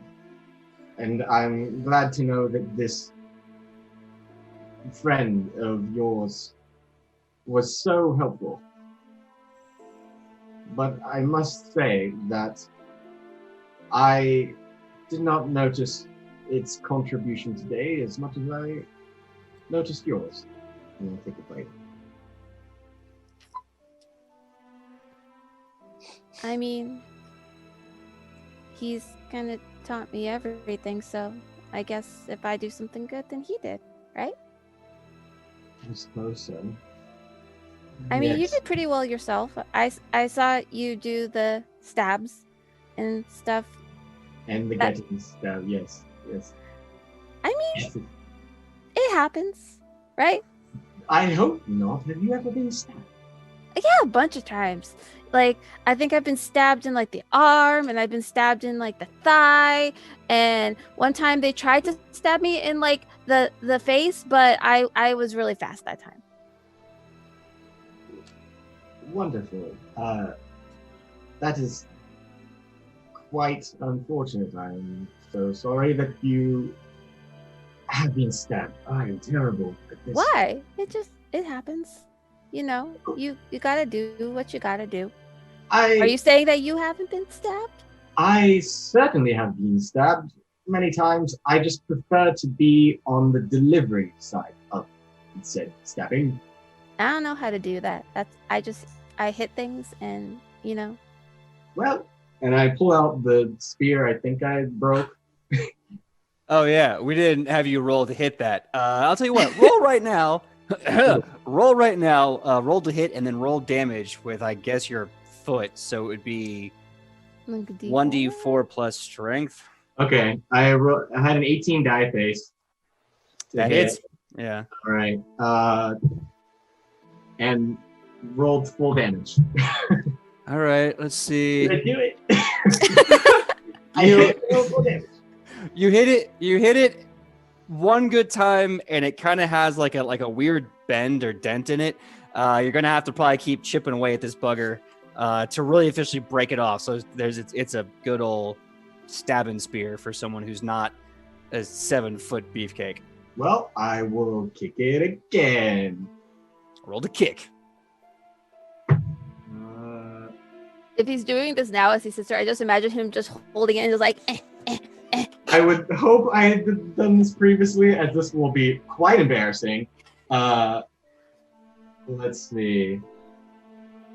Do I have penalties, or like can I just roll again? It's out of combat, so there's no penalties. Okay, so that's a 21. That'll hit. What's the damage? Let's see. Another full damage, so another 7 damage. You look like one really good kick might splinter this thing off. It'll be jagged and a little unsafe, but hey, that's All a right. spear for you. I gotta give it some effort. Stabbed, right? Yeah. All right, so 22. That'll hit. Roll damage again. All right, all What's right. the few splinters when you get to Another full damage. I hope I got it. Dang! Let me break this spear. So there's Matthias with the spear going, how many kicks does it take to get the center of a spear? Let's A find what? out. One, A A two. two, a three, Three. crash. 3. Yeah, so at this point, because canonically we wanted to do this before we went on a Yep. break, so it already happened. So you now bring out your little mini spear, your short spear with the horribly jagged back end of it. Yeah, I imagine it's about the length of the Spear of Leonidas, as it is known in Assassin's Creed Odyssey. So it's just like the point itself with a little bit of extra. And I pointed towards her, like hand her the handle first, and say, "The offer still stands if you wish to try.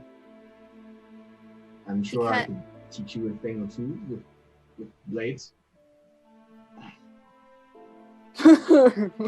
Eloise just kind of like squints one eye and like, I guess I can learn something. And I have tricks too. And she kind of looks at the spear, and I'm guessing it's not really heavy because it's really short now.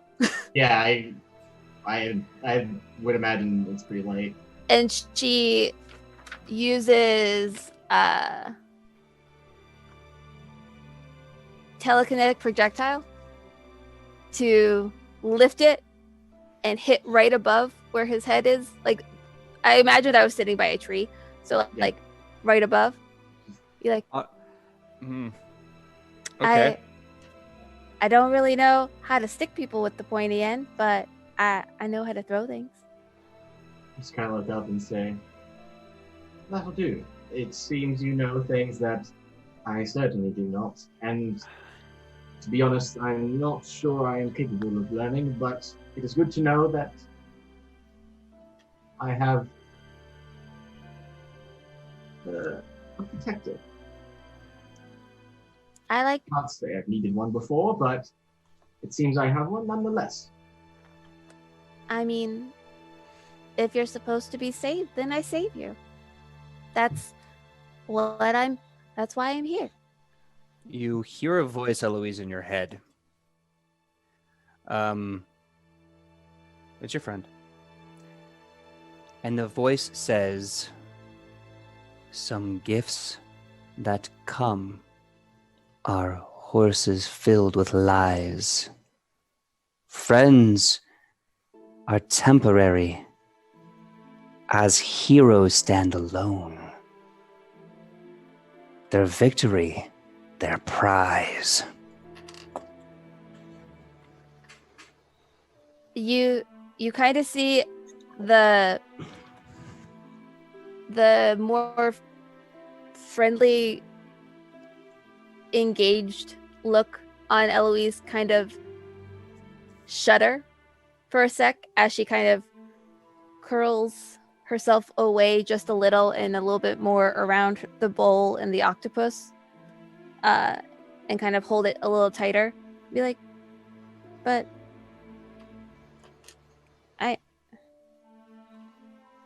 yeah, friends, protectors, right? That's what we're here for. Take And it. she just kind of starts to eat. You know, actually, I'll leave this up to you. Can I pick up on the body language that she changed to? Instead of trying to do something maybe that is. Yeah. I was gonna say Amy was doing a pretty good job describing it. She said, "Yeah, go ahead. Give me a quick perception check to kind of read the body language."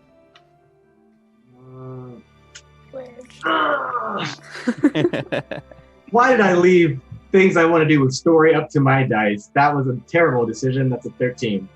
13? Yeah. All right. Amy, forgive me for speaking for you, but I would imagine with a 13, he could probably glean that something is upsetting you, but not quite fully grasping what has occurred. Or the why, I think. Yeah.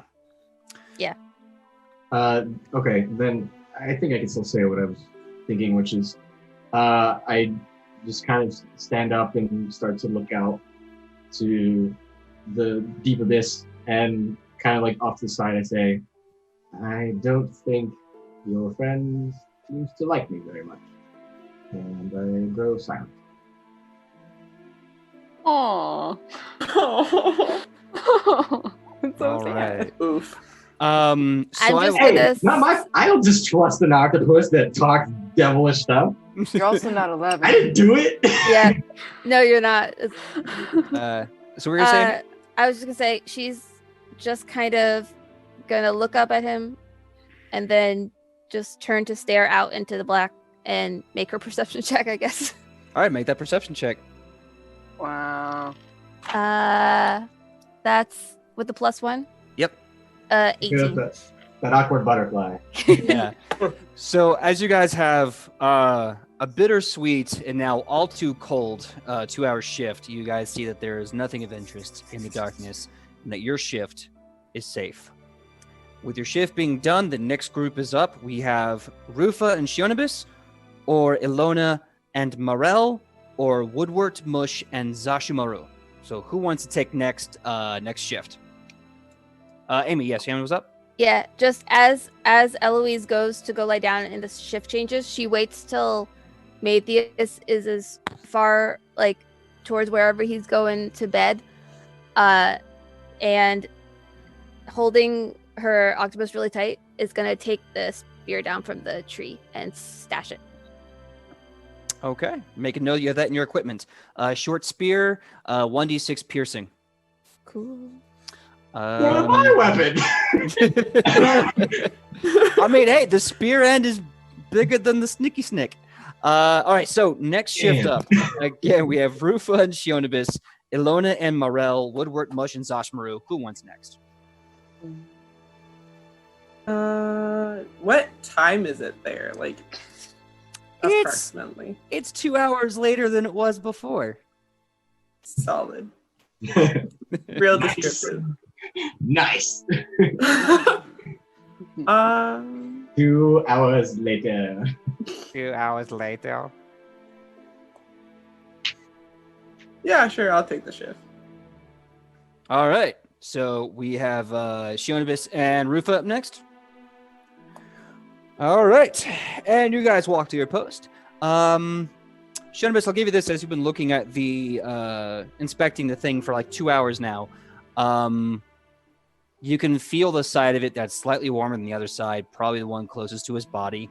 You can smell his kind of musk and sweat in it. And as you're holding it, you kind of remember feeling it before. This is definitely his tunic. And thinking about when he left and how it feels, this scrap was somehow in this camp recently, as in like within the day.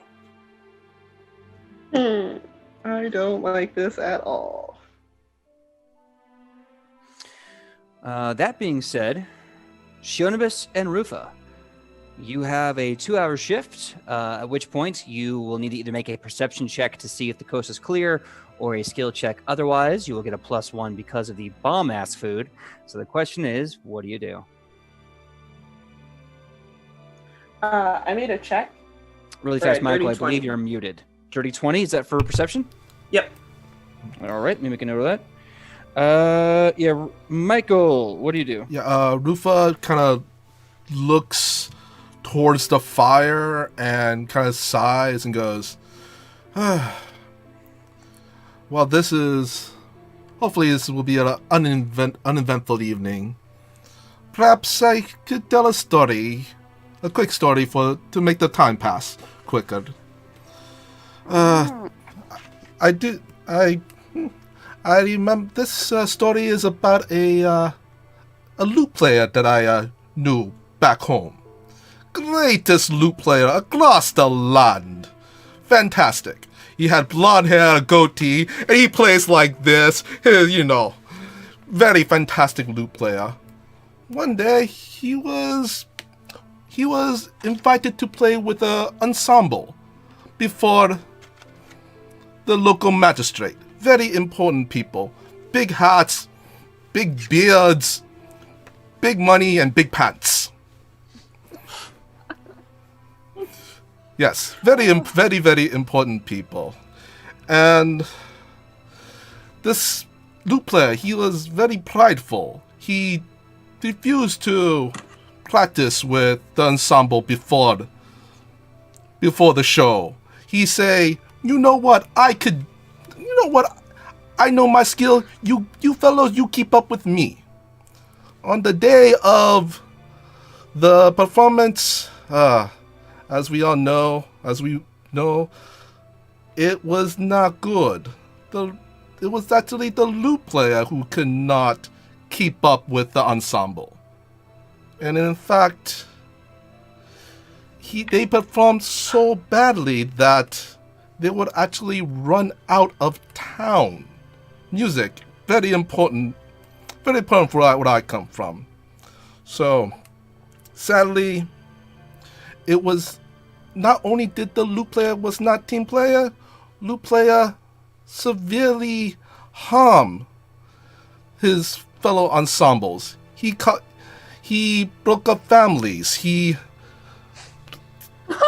broke up families. He broke up homes. It was very bad. You know. Oh God. 2 hours later. You may be amazing Let it be over. so basically he kind of just tells the story, and yeah, I hope you take perceptive on when this happened, because what you do not only hinder yourself, it might hinder the group as a whole. But it's just story. And I just talked for, oh, look at time. Our time's almost up. And by the way, I rolled a 26 on my thing. Okay. 1 second. Let me make a note. Excellent. Oh, All right. you learn. She's over here just hating life. She's like, I should have taken this by myself. Shit was just like rubbing her temples, going, Well, first of all, Michael, thank you so much for that improvised story. That was amazing, Michael. That was great. No matter how much she didn't want to hear it. I love it. It's like he got them run out of town. He had them lose their families 2 hours later, and they burned the villages and they killed the gods. It's just, it gets like worse and worse. Food for thought. Food for thought. So thankfully, as you're both having this moment of storyteller and audience for 2 hours, the coast is clear. If there's anything else you wish to say or roleplay, you can. If you want to take that in stride and call your shift done, you're more than welcome to. She's gonna call it and find her way to Matthias. Okay, Matthias, you are asleep at this point, yes? Yeah, I'm a light sleeper, Bill. All right, so you find Matthias asleep very lightly. We're gonna do this very quick and then go on for the next shift. Sweet. Growing up in New Jack City is gonna do that to you. Yeah. Yep. Oh yeah.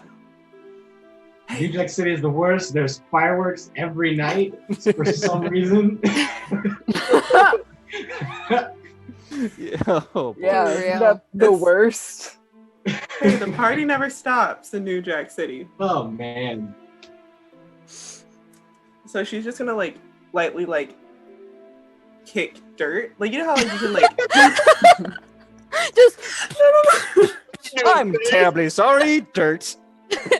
Oh man. no, it's like you know how you can like scuff dirt Yeah. and it just like comes up like just a little like pile and she's like, hey, wake up. You would roll for it and you get a nat So- 20 on dirt kicking.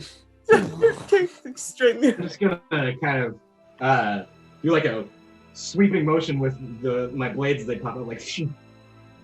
Oh. Sorry, it's you. Sad retractive blades. Aw. We need to talk. Yes. Listen, it was very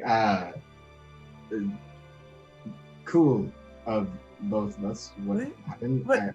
No. Oh, yes, God, no. God, no. Excuse me. Mistake. Why with everyone in this camp? And she like kind of like looks around to like make sure no one's either awake nor near them, and like lowers her voice to like above a whisper. He's like, there's a map.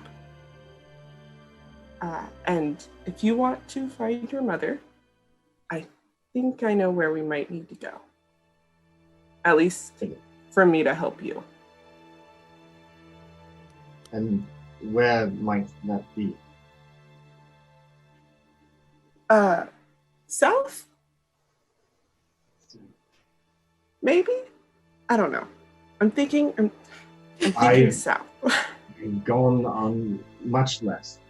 So the fact that you are even giving general direction is enough. So thank you. Yeah. Like I said, I think it's where we need to go. I need to find. If we find this person that I'm looking for, he'll be able to help more to find your mom. And she seems kind of important to you, so yes, whatever. Yes. You could. Yes, she certainly is. Who is it that you are searching for?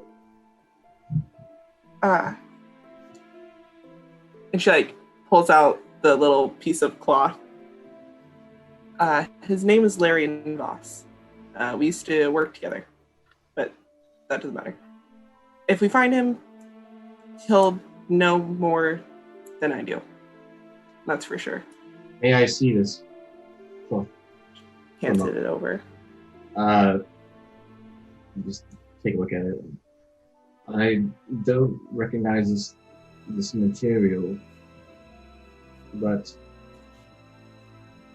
I can certainly remember it. And I hand it back, and I say, if I see this, I will know.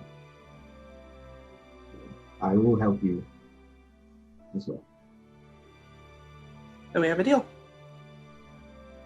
And she's just gonna like stand up from her, like I guess she was squatting. She's gonna like stand up and like walk off to go to bed. And I'm gonna like reach out for like a handshake and just, oh, all right. We are winning today. Winning. Like, and I will curl back up and resume my attempt at sleep. Awesome. Really fast. Those were all amazing scenes. I want to give Michael a hero point for that awesome story. And I want to give Kylie and Casey a hero point for that amazing bit of working togetherness. That was awesome. So cool. I dropped my pencil off camera and I'm back. I think if it was for Eloise, it would have been, what is it, Squid Pro Quo? Squid Pro Quo. Wow. You can only have so many hero points. Stop giving me these great puns. Oh, and also a pun for Amy. A point for Amy for having that amazing. I will take a pun also. Take them both. A pun and a point. I want to skip ahead to Woodwort, Mush, and Zoshmaru because I have a feeling that Morel and Alona may take some time. So really fast, Woodwort, you may make a check, either perception or otherwise, for your shift. Sounds great. He's gonna make when he rolls out from his sleep, you see that wood shield that he has. It looks like bark leaned up against a log, and he just kind of pushes it away. Just looks like a piece of a log fell away, and he just kind of gets up with Mush and starts shaking the dirt off. He glances out into the darkness, and dirty 20. Nice. Looks out of the dark. Okay. Nice. Oh, he does have low light vision, and he is a sensate gnome, so imprecise out to 30 feet. In case Perfect. Perfect. Sorry, 1 second. Okay. So you sit down, and Zushmaru kind of does that like low squat where he has to kind of find the seat, and once he realizes he's just popping on dirt, he kind of goes, ugh, ugh. Kind of pulls out something, realizes all of his gourds are empty, puts it back on his hip, takes his giant club, dunks it in the dirt, and just kind of waits. Hi. Oh, hey. Oh my god. So I don't mean hours later. because he gotta look. He looks. I don't want to be rude because gnomes are different from where I'm from, but are you the kind that make alcohol? Oh well, I can make hooch just as good as anyone else, but I don't have some on me right now. He stares at you. What is hoocha? Oh well, now we got something to talk about all night. Then, if you don't know the greater findings of hooch, then let me give you a lesson. At this point, I think Woodward starts to explain basically like the makings of a still, and I do home brewing at this point now. So like makings of a still and getting like all the stuff together of like the fruit and everything, and basically making some sort of like honeyed wine. It's the easiest thing you can do. You stick it in a bottle and wait. So he goes, well, now a lot of those things aren't found in the city, but I don't think it's a problem for you. You don't seem like many of the other city folk I've seen. Oh, no, me and my brothers? No, we live in the city, but we don't live in the city the same way most city people do. No, we live in the city kind of like, well, what's it like for you? Are you like a homeless wizard? How does it work?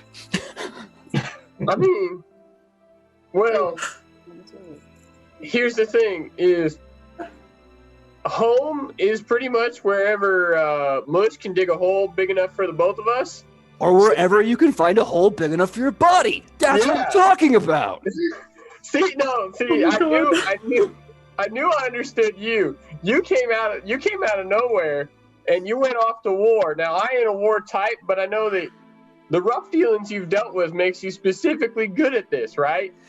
Hey, there's a war to fight, but sometimes you gotta sleep, and quite frankly, I don't have a house. So I'll take that bridge and I'll take that pile of garbage. And if you do the same, do you want to be a dog in my brotherhood? We could have dogs of all sizes. I don't know much about being a dog, but I sure do understand badgers quite a lot. So if you're willing to take on others, I don't mind being a badger in your friend's group. And he just kind of like has this giant laugh. Anything is a dog when they're in my pack.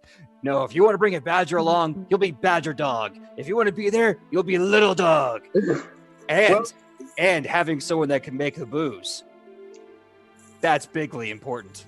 Well, shoot, if you got enough stuff back at home that you can make yourself a camp, there's no reason we can't get some hooch out of it. And he's like, okay. So, first question. You said anything if I put it in a jar becomes hoochu. Is this right? I mean, it's close enough. You just got to get some water and some fruit. Fruit. You got to get some sugar. And you got to get yeast. That's bread before it became bread. And that took me a while to figure out. But you throw that in the jar and you keep it in the dark. See, here's the thing. Mush digs holes so I can keep my hooch in it. Yeah. That keeps it dark and cool. Yeah. So if we got a place in the city like that, Isawo had a front yard. Oh, Town Hall had a front yard. That's plenty of grass. So, back at home, we can start this off real good. One problem. My access to bread is usually after it has gone bad. Does that still count? I mean, we can make it work, but, I think overall, I could probably talk to those lovely folk who sold me the buns when I first walked in. They seem that they may have some yeast on them, and, we could get the pot of boiling. And sugar, yes. Okay, here's what's going to happen. When we get back to town, I'm going to introduce you to the rest of the dogs. We're going to make you a brother, and then we're going to make booze together, and we're going to travel all over the world.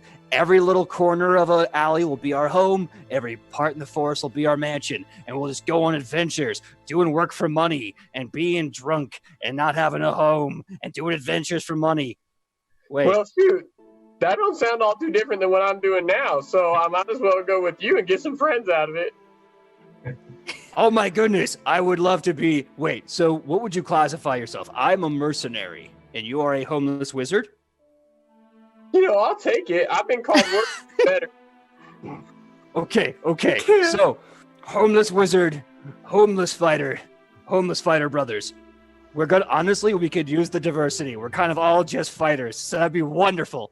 Oh, maybe you can make me a homeless wizard. I don't know magics, but I got a funny feeling that yours ain't coming from the dragons or anything else that's all I'm bending things. No.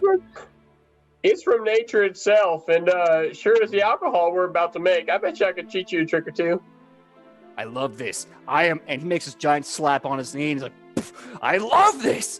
And then he just starts shouting in the land of Oreyasu. So he's saying things like, Ora! And he's just really hyped. And 2 hours pass and nothing bad happens. It's a safe ride. But now Zashmaru is super hyped about having you be his homeless wizard in his Brotherhood of Dogs. We got a backdoor pilot out of it. I was going to say, we just lost Woodward to go travel with the dogs. Yeah. Also, Woodward is like the Pilsner guy from Brooklyn Nine-Nine. Just talking about Pilsners all day, every day. All right, making a note Yeah. about that. Okay. Anything else besides your perception check that you want to do, Ian? No, I think that's about it. Yeah, I think besides the good conversation that we both struck up, I think that makes it a night for Mush and Woodward. Okay. So up next, and this will probably be our last scene before we call it a night, Ilona and Morel. Morel walks to his shift with the kind of anxiety and dread, almost, like you're about to have a test or something. Morel stands very patiently. He just kind of like, he seems to be waiting, like he's waiting for you to sit down or something. I'm gonna sit down. After you sit down, you almost kind of like hear him count in his head. He takes his giant shield, sticks it into the ground, finds a stump, kind of pops himself down, puts his elbows on his shoulders, kind of hides his face in his hands, and stares off into the pitch black.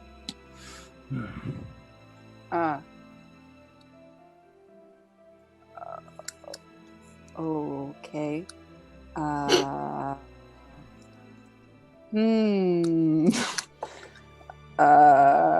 gonna roll for perception now. Okay. Oh no, it's a third. Wait, no, it's a 17. Nice. As I take a look around and look into the darkness, I'm going to look up at the stars and ask him, do you think it's a good idea that we're not going to tell Isuo and the mayor about what we found? I think as a reconnaissance division, our job is to get as much intel as possible. And then upon learning this, report back with full details. If we come back too early, we might expose our weaknesses to further attacks. Well, I trust you. Yeah. I guess I suppose it's just a little bit different for me. I just keep thinking that the first thing we should do is immediately tell an authority figure, but the world isn't like that, is it? He stares quietly off in the darkness. This kind of bittersweet energy, this mantle of moroseness just kind of covers him, and he says, with a heavy sigh, no. Most authority don't want you constantly picking at them, pecking at their heads like a woodpecker searching for hollow wood. They want you to come only when it's important, when it's necessary, when they can benefit. The higher up the chain you go, you find the weaker the rings are. And in that moment you learn. They're like a flail. They may wield the greatest power, but they only want to do so when everyone else does all the work. So you fight, and you stretch yourself paper thin, and eventually you find out that you will never be good enough for those above you, because you never were to begin with. Sorry, I got, apologize, I shouldn't be so dark. I'm sorry, ma'am. I don't mind. So I have a question for you. In my service, I have only found origins in the city or country of Or. Not that I don't welcome the presence outside of Or. I just... It's been a while since I've seen an origin. So what brings you outside of the city? Yeah, I guess we don't really get out much. He kind of blushes a bit. Yep, that's not what... Yeah. Well, it's part of the reason why I started talking to you the first time we met. I've grown up in a temple my entire life. But right before I came here, I got a call to go out into the wide world and find something or someone for Afra. Really? For Afra, like a cleric? I suppose. Yeah. It was more of a feeling. She definitely spoke to me directly, but it wasn't exactly crystal clear. Yeah. I must confess this religion thing is rather new for me. In Acadia, we don't worship. It's almost entirely outlawed, the practice of faith. We have a saying in Acadia. The gods didn't make us, we did. So when it comes to how prayer works, how my goddess works, how any of this works, I am a soldier behind enemy lines and I have no intel. Or commanding officer, I'm just going blind. So. Well, the great thing about Afra, linking back to what you said earlier about your authority figures, is that she's not an authority figure. She's there to help you if you need her, but she's not there to tell you what to do. So, however you see fit to worship or follow her, it's all fine by her. Why did you come to worship Afra? There's tons of gods in the world. I've only met a few. Not me. I read in a book. A book with pictures. Oh, bloody hell, Morel. Well, I'm How glad did to you- know.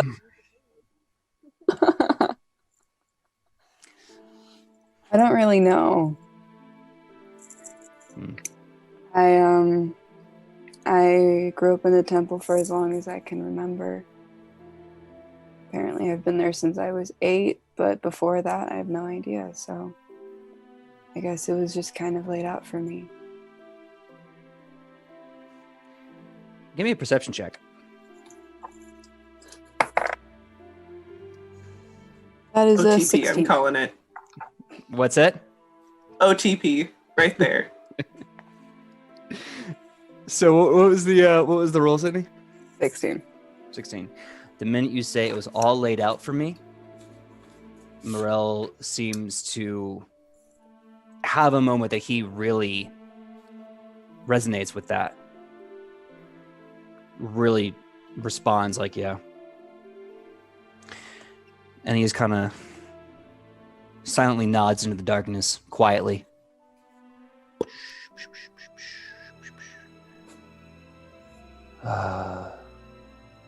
Well, it's good though, sometimes having things laid out for you makes things easier in the long run. Choice can happen after the fact, I guess. Sorry, I'm not usually a good conversationalist. No, it's fine. You say sorry a lot.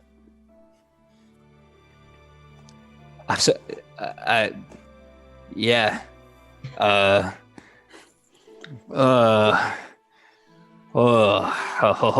He gets up and awkwardly starts kind of like shadow boxing. I thought I was the doer.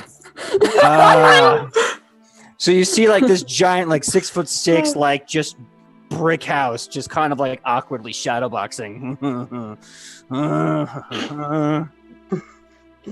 I know you have demons, but they're not there. And he just he stops mid punch and he goes. He probably has some hooch. Morel eventually just kind of like shakes and is okay. So about 5 years back, I was stationed in Ur. At the time, I was just a good Acadian officer. And And then you see he's kind of scratching his 3 scars across the side of his head, nervously kind of scratching it, looking almost angry at the dirt. And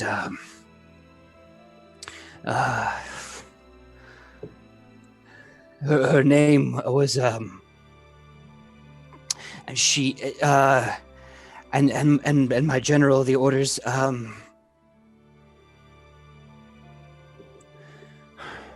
I'm pretty sure the evening is safe for now, ma'am. Thank you very much for your accompaniment. I'm gonna go grab my shield. I'm gonna do a few quick prayers, and I'm gonna go to bed. Thank you very much for your time.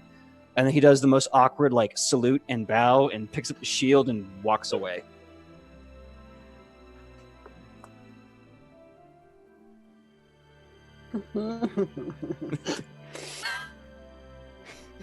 All right.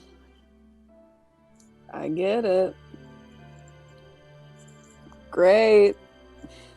And she's just gonna look up to Afra and be like, everything for a reason, right? And rub her temples and finish her shift. As you go to bed, you almost hear the slight, whimsical, but warm-hearted laugh of Afra just go, ha ha.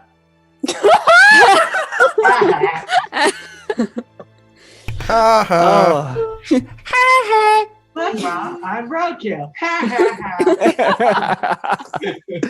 Oh, man. And as everyone goes to sleep, and it was a safe night for all, we are going to close our show there. Thank you very much for watching episode 3 of Edge of Legend. We're going to do a little bit of an outro. And everyone, please tell us where you are on the internet, where we can find you, what your name is, and everything else. Casey. Hi, I'm still Casey. I still play Matheus, and I am still Case Crusader on all of the things. Go check it out. Me. I'm talking about me. Check me. My God. Woo! Matheus is not the only one. Right out of Morel's book there. Man. All right. Should have been Amy. Morel. Jeez. All right. Yeah. Oh, wait, Casey, did we get all your exit tour stuff? I think so. Okay. Let's call that a win. Good enough. It's a wash. Amy, same question. Hey, I'm Amy. I'm Amory by the Sea everywhere on the internet. Tuesday's coming up because we've been on a hiatus. You can find me and the guy who doesn't know how to speak anymore on a podcast where we speak, hopefully. And I do things on YouTube and Instagram and Twitter and all that. Hey. All right. Ian. My name's Ian. I play Woodwort and roll for Mush, and I do none of the things that Amy does, but you can find me as Scoutmaster of the Troop on Instagram, and you can find me on Facebook. All right. Kylie. Hey, I'm Kylie, or Kai. I played Chiodavis. You can find me on Kai's Wonderful Life anywhere, I guess. I don't do as much stuff as Amy, but she's amazing, so it's fine. Yeah, Amy. Singled out. Wow.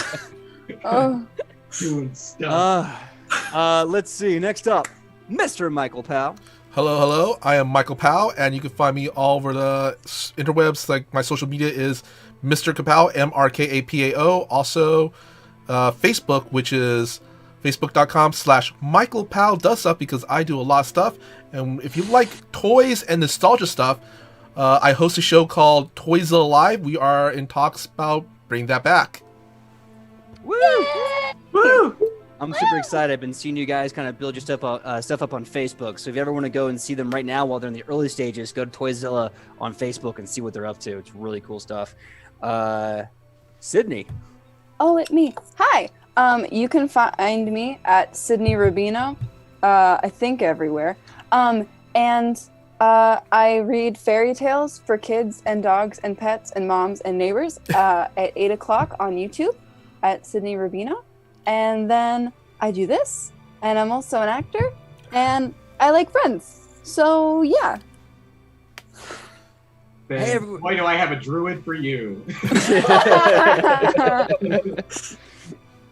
Hi everyone, my name is PJ Megaw. As you can see, I'm everywhere online at as PJ.Megaw, or sometimes on Twitter as _Mega_W. Spoilers, I'm never on Twitter, but you can always find me on Facebook and Instagram and many other places. I'm the GM for Nat 20 Productions and Edge of Legend. Thank you so much for coming in and give us all a check out.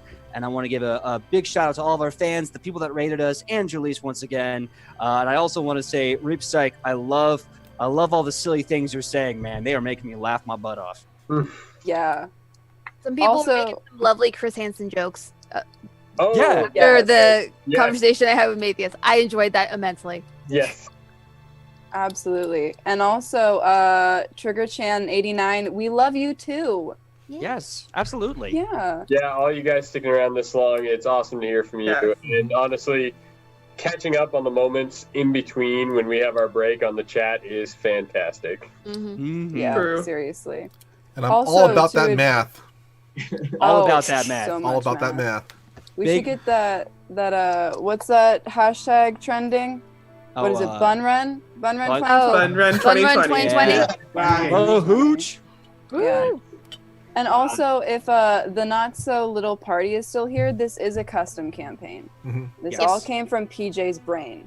PJ's brain with a little help from my friends to kind of figure some stuff out. So hope you guys love how this whole new world unfurls in front of you. And one day we will break out a level 1. One day. One day there'll be a level Someday. 2. It might be like 3 years from now, but someday. We'll get there. Man, pray to Afra that we get to level 2. Working on it. I Working think on you it. got a shout out, but I don't know if it's Reach Psyche or Reach Psych, but you're great. I just want to say that Reach Psych. Yep. Oh, and a huge shout out to Mahooch, That's great. because you were hilarious, my Oh, friend. man. Yeah, Plus- big shout out to Mahooch. And what was that? Tony Stark's mullet? I think it was It's Tony another Stark. really good one that shows up every once in a while. Yeah. That's their username? That's Yeah. incredible. Oh, Isn't yeah. that great? That's great. All right, everyone. 1974. I Keep see that you. love coming. Yes, we see you. Keep that love coming, and we'll hopefully see you next week for episode 4. If not, we'll rock and roll with a nice little rehash to this bad boy right here. Either way, we'll see you next Hey, Wednesday at PJ, 8. what time do Yes, we play sir. and what days? I was just saying that we play Wednesday nights at 8 p.m. Pacific Standard Time here on Twitch. That's Wednesdays, 8 p.m. Pacific Standard Time. Come check us out and fall asleep to our wonderful, wonderful voices. Wow! All right. Bye, guys. Bye. And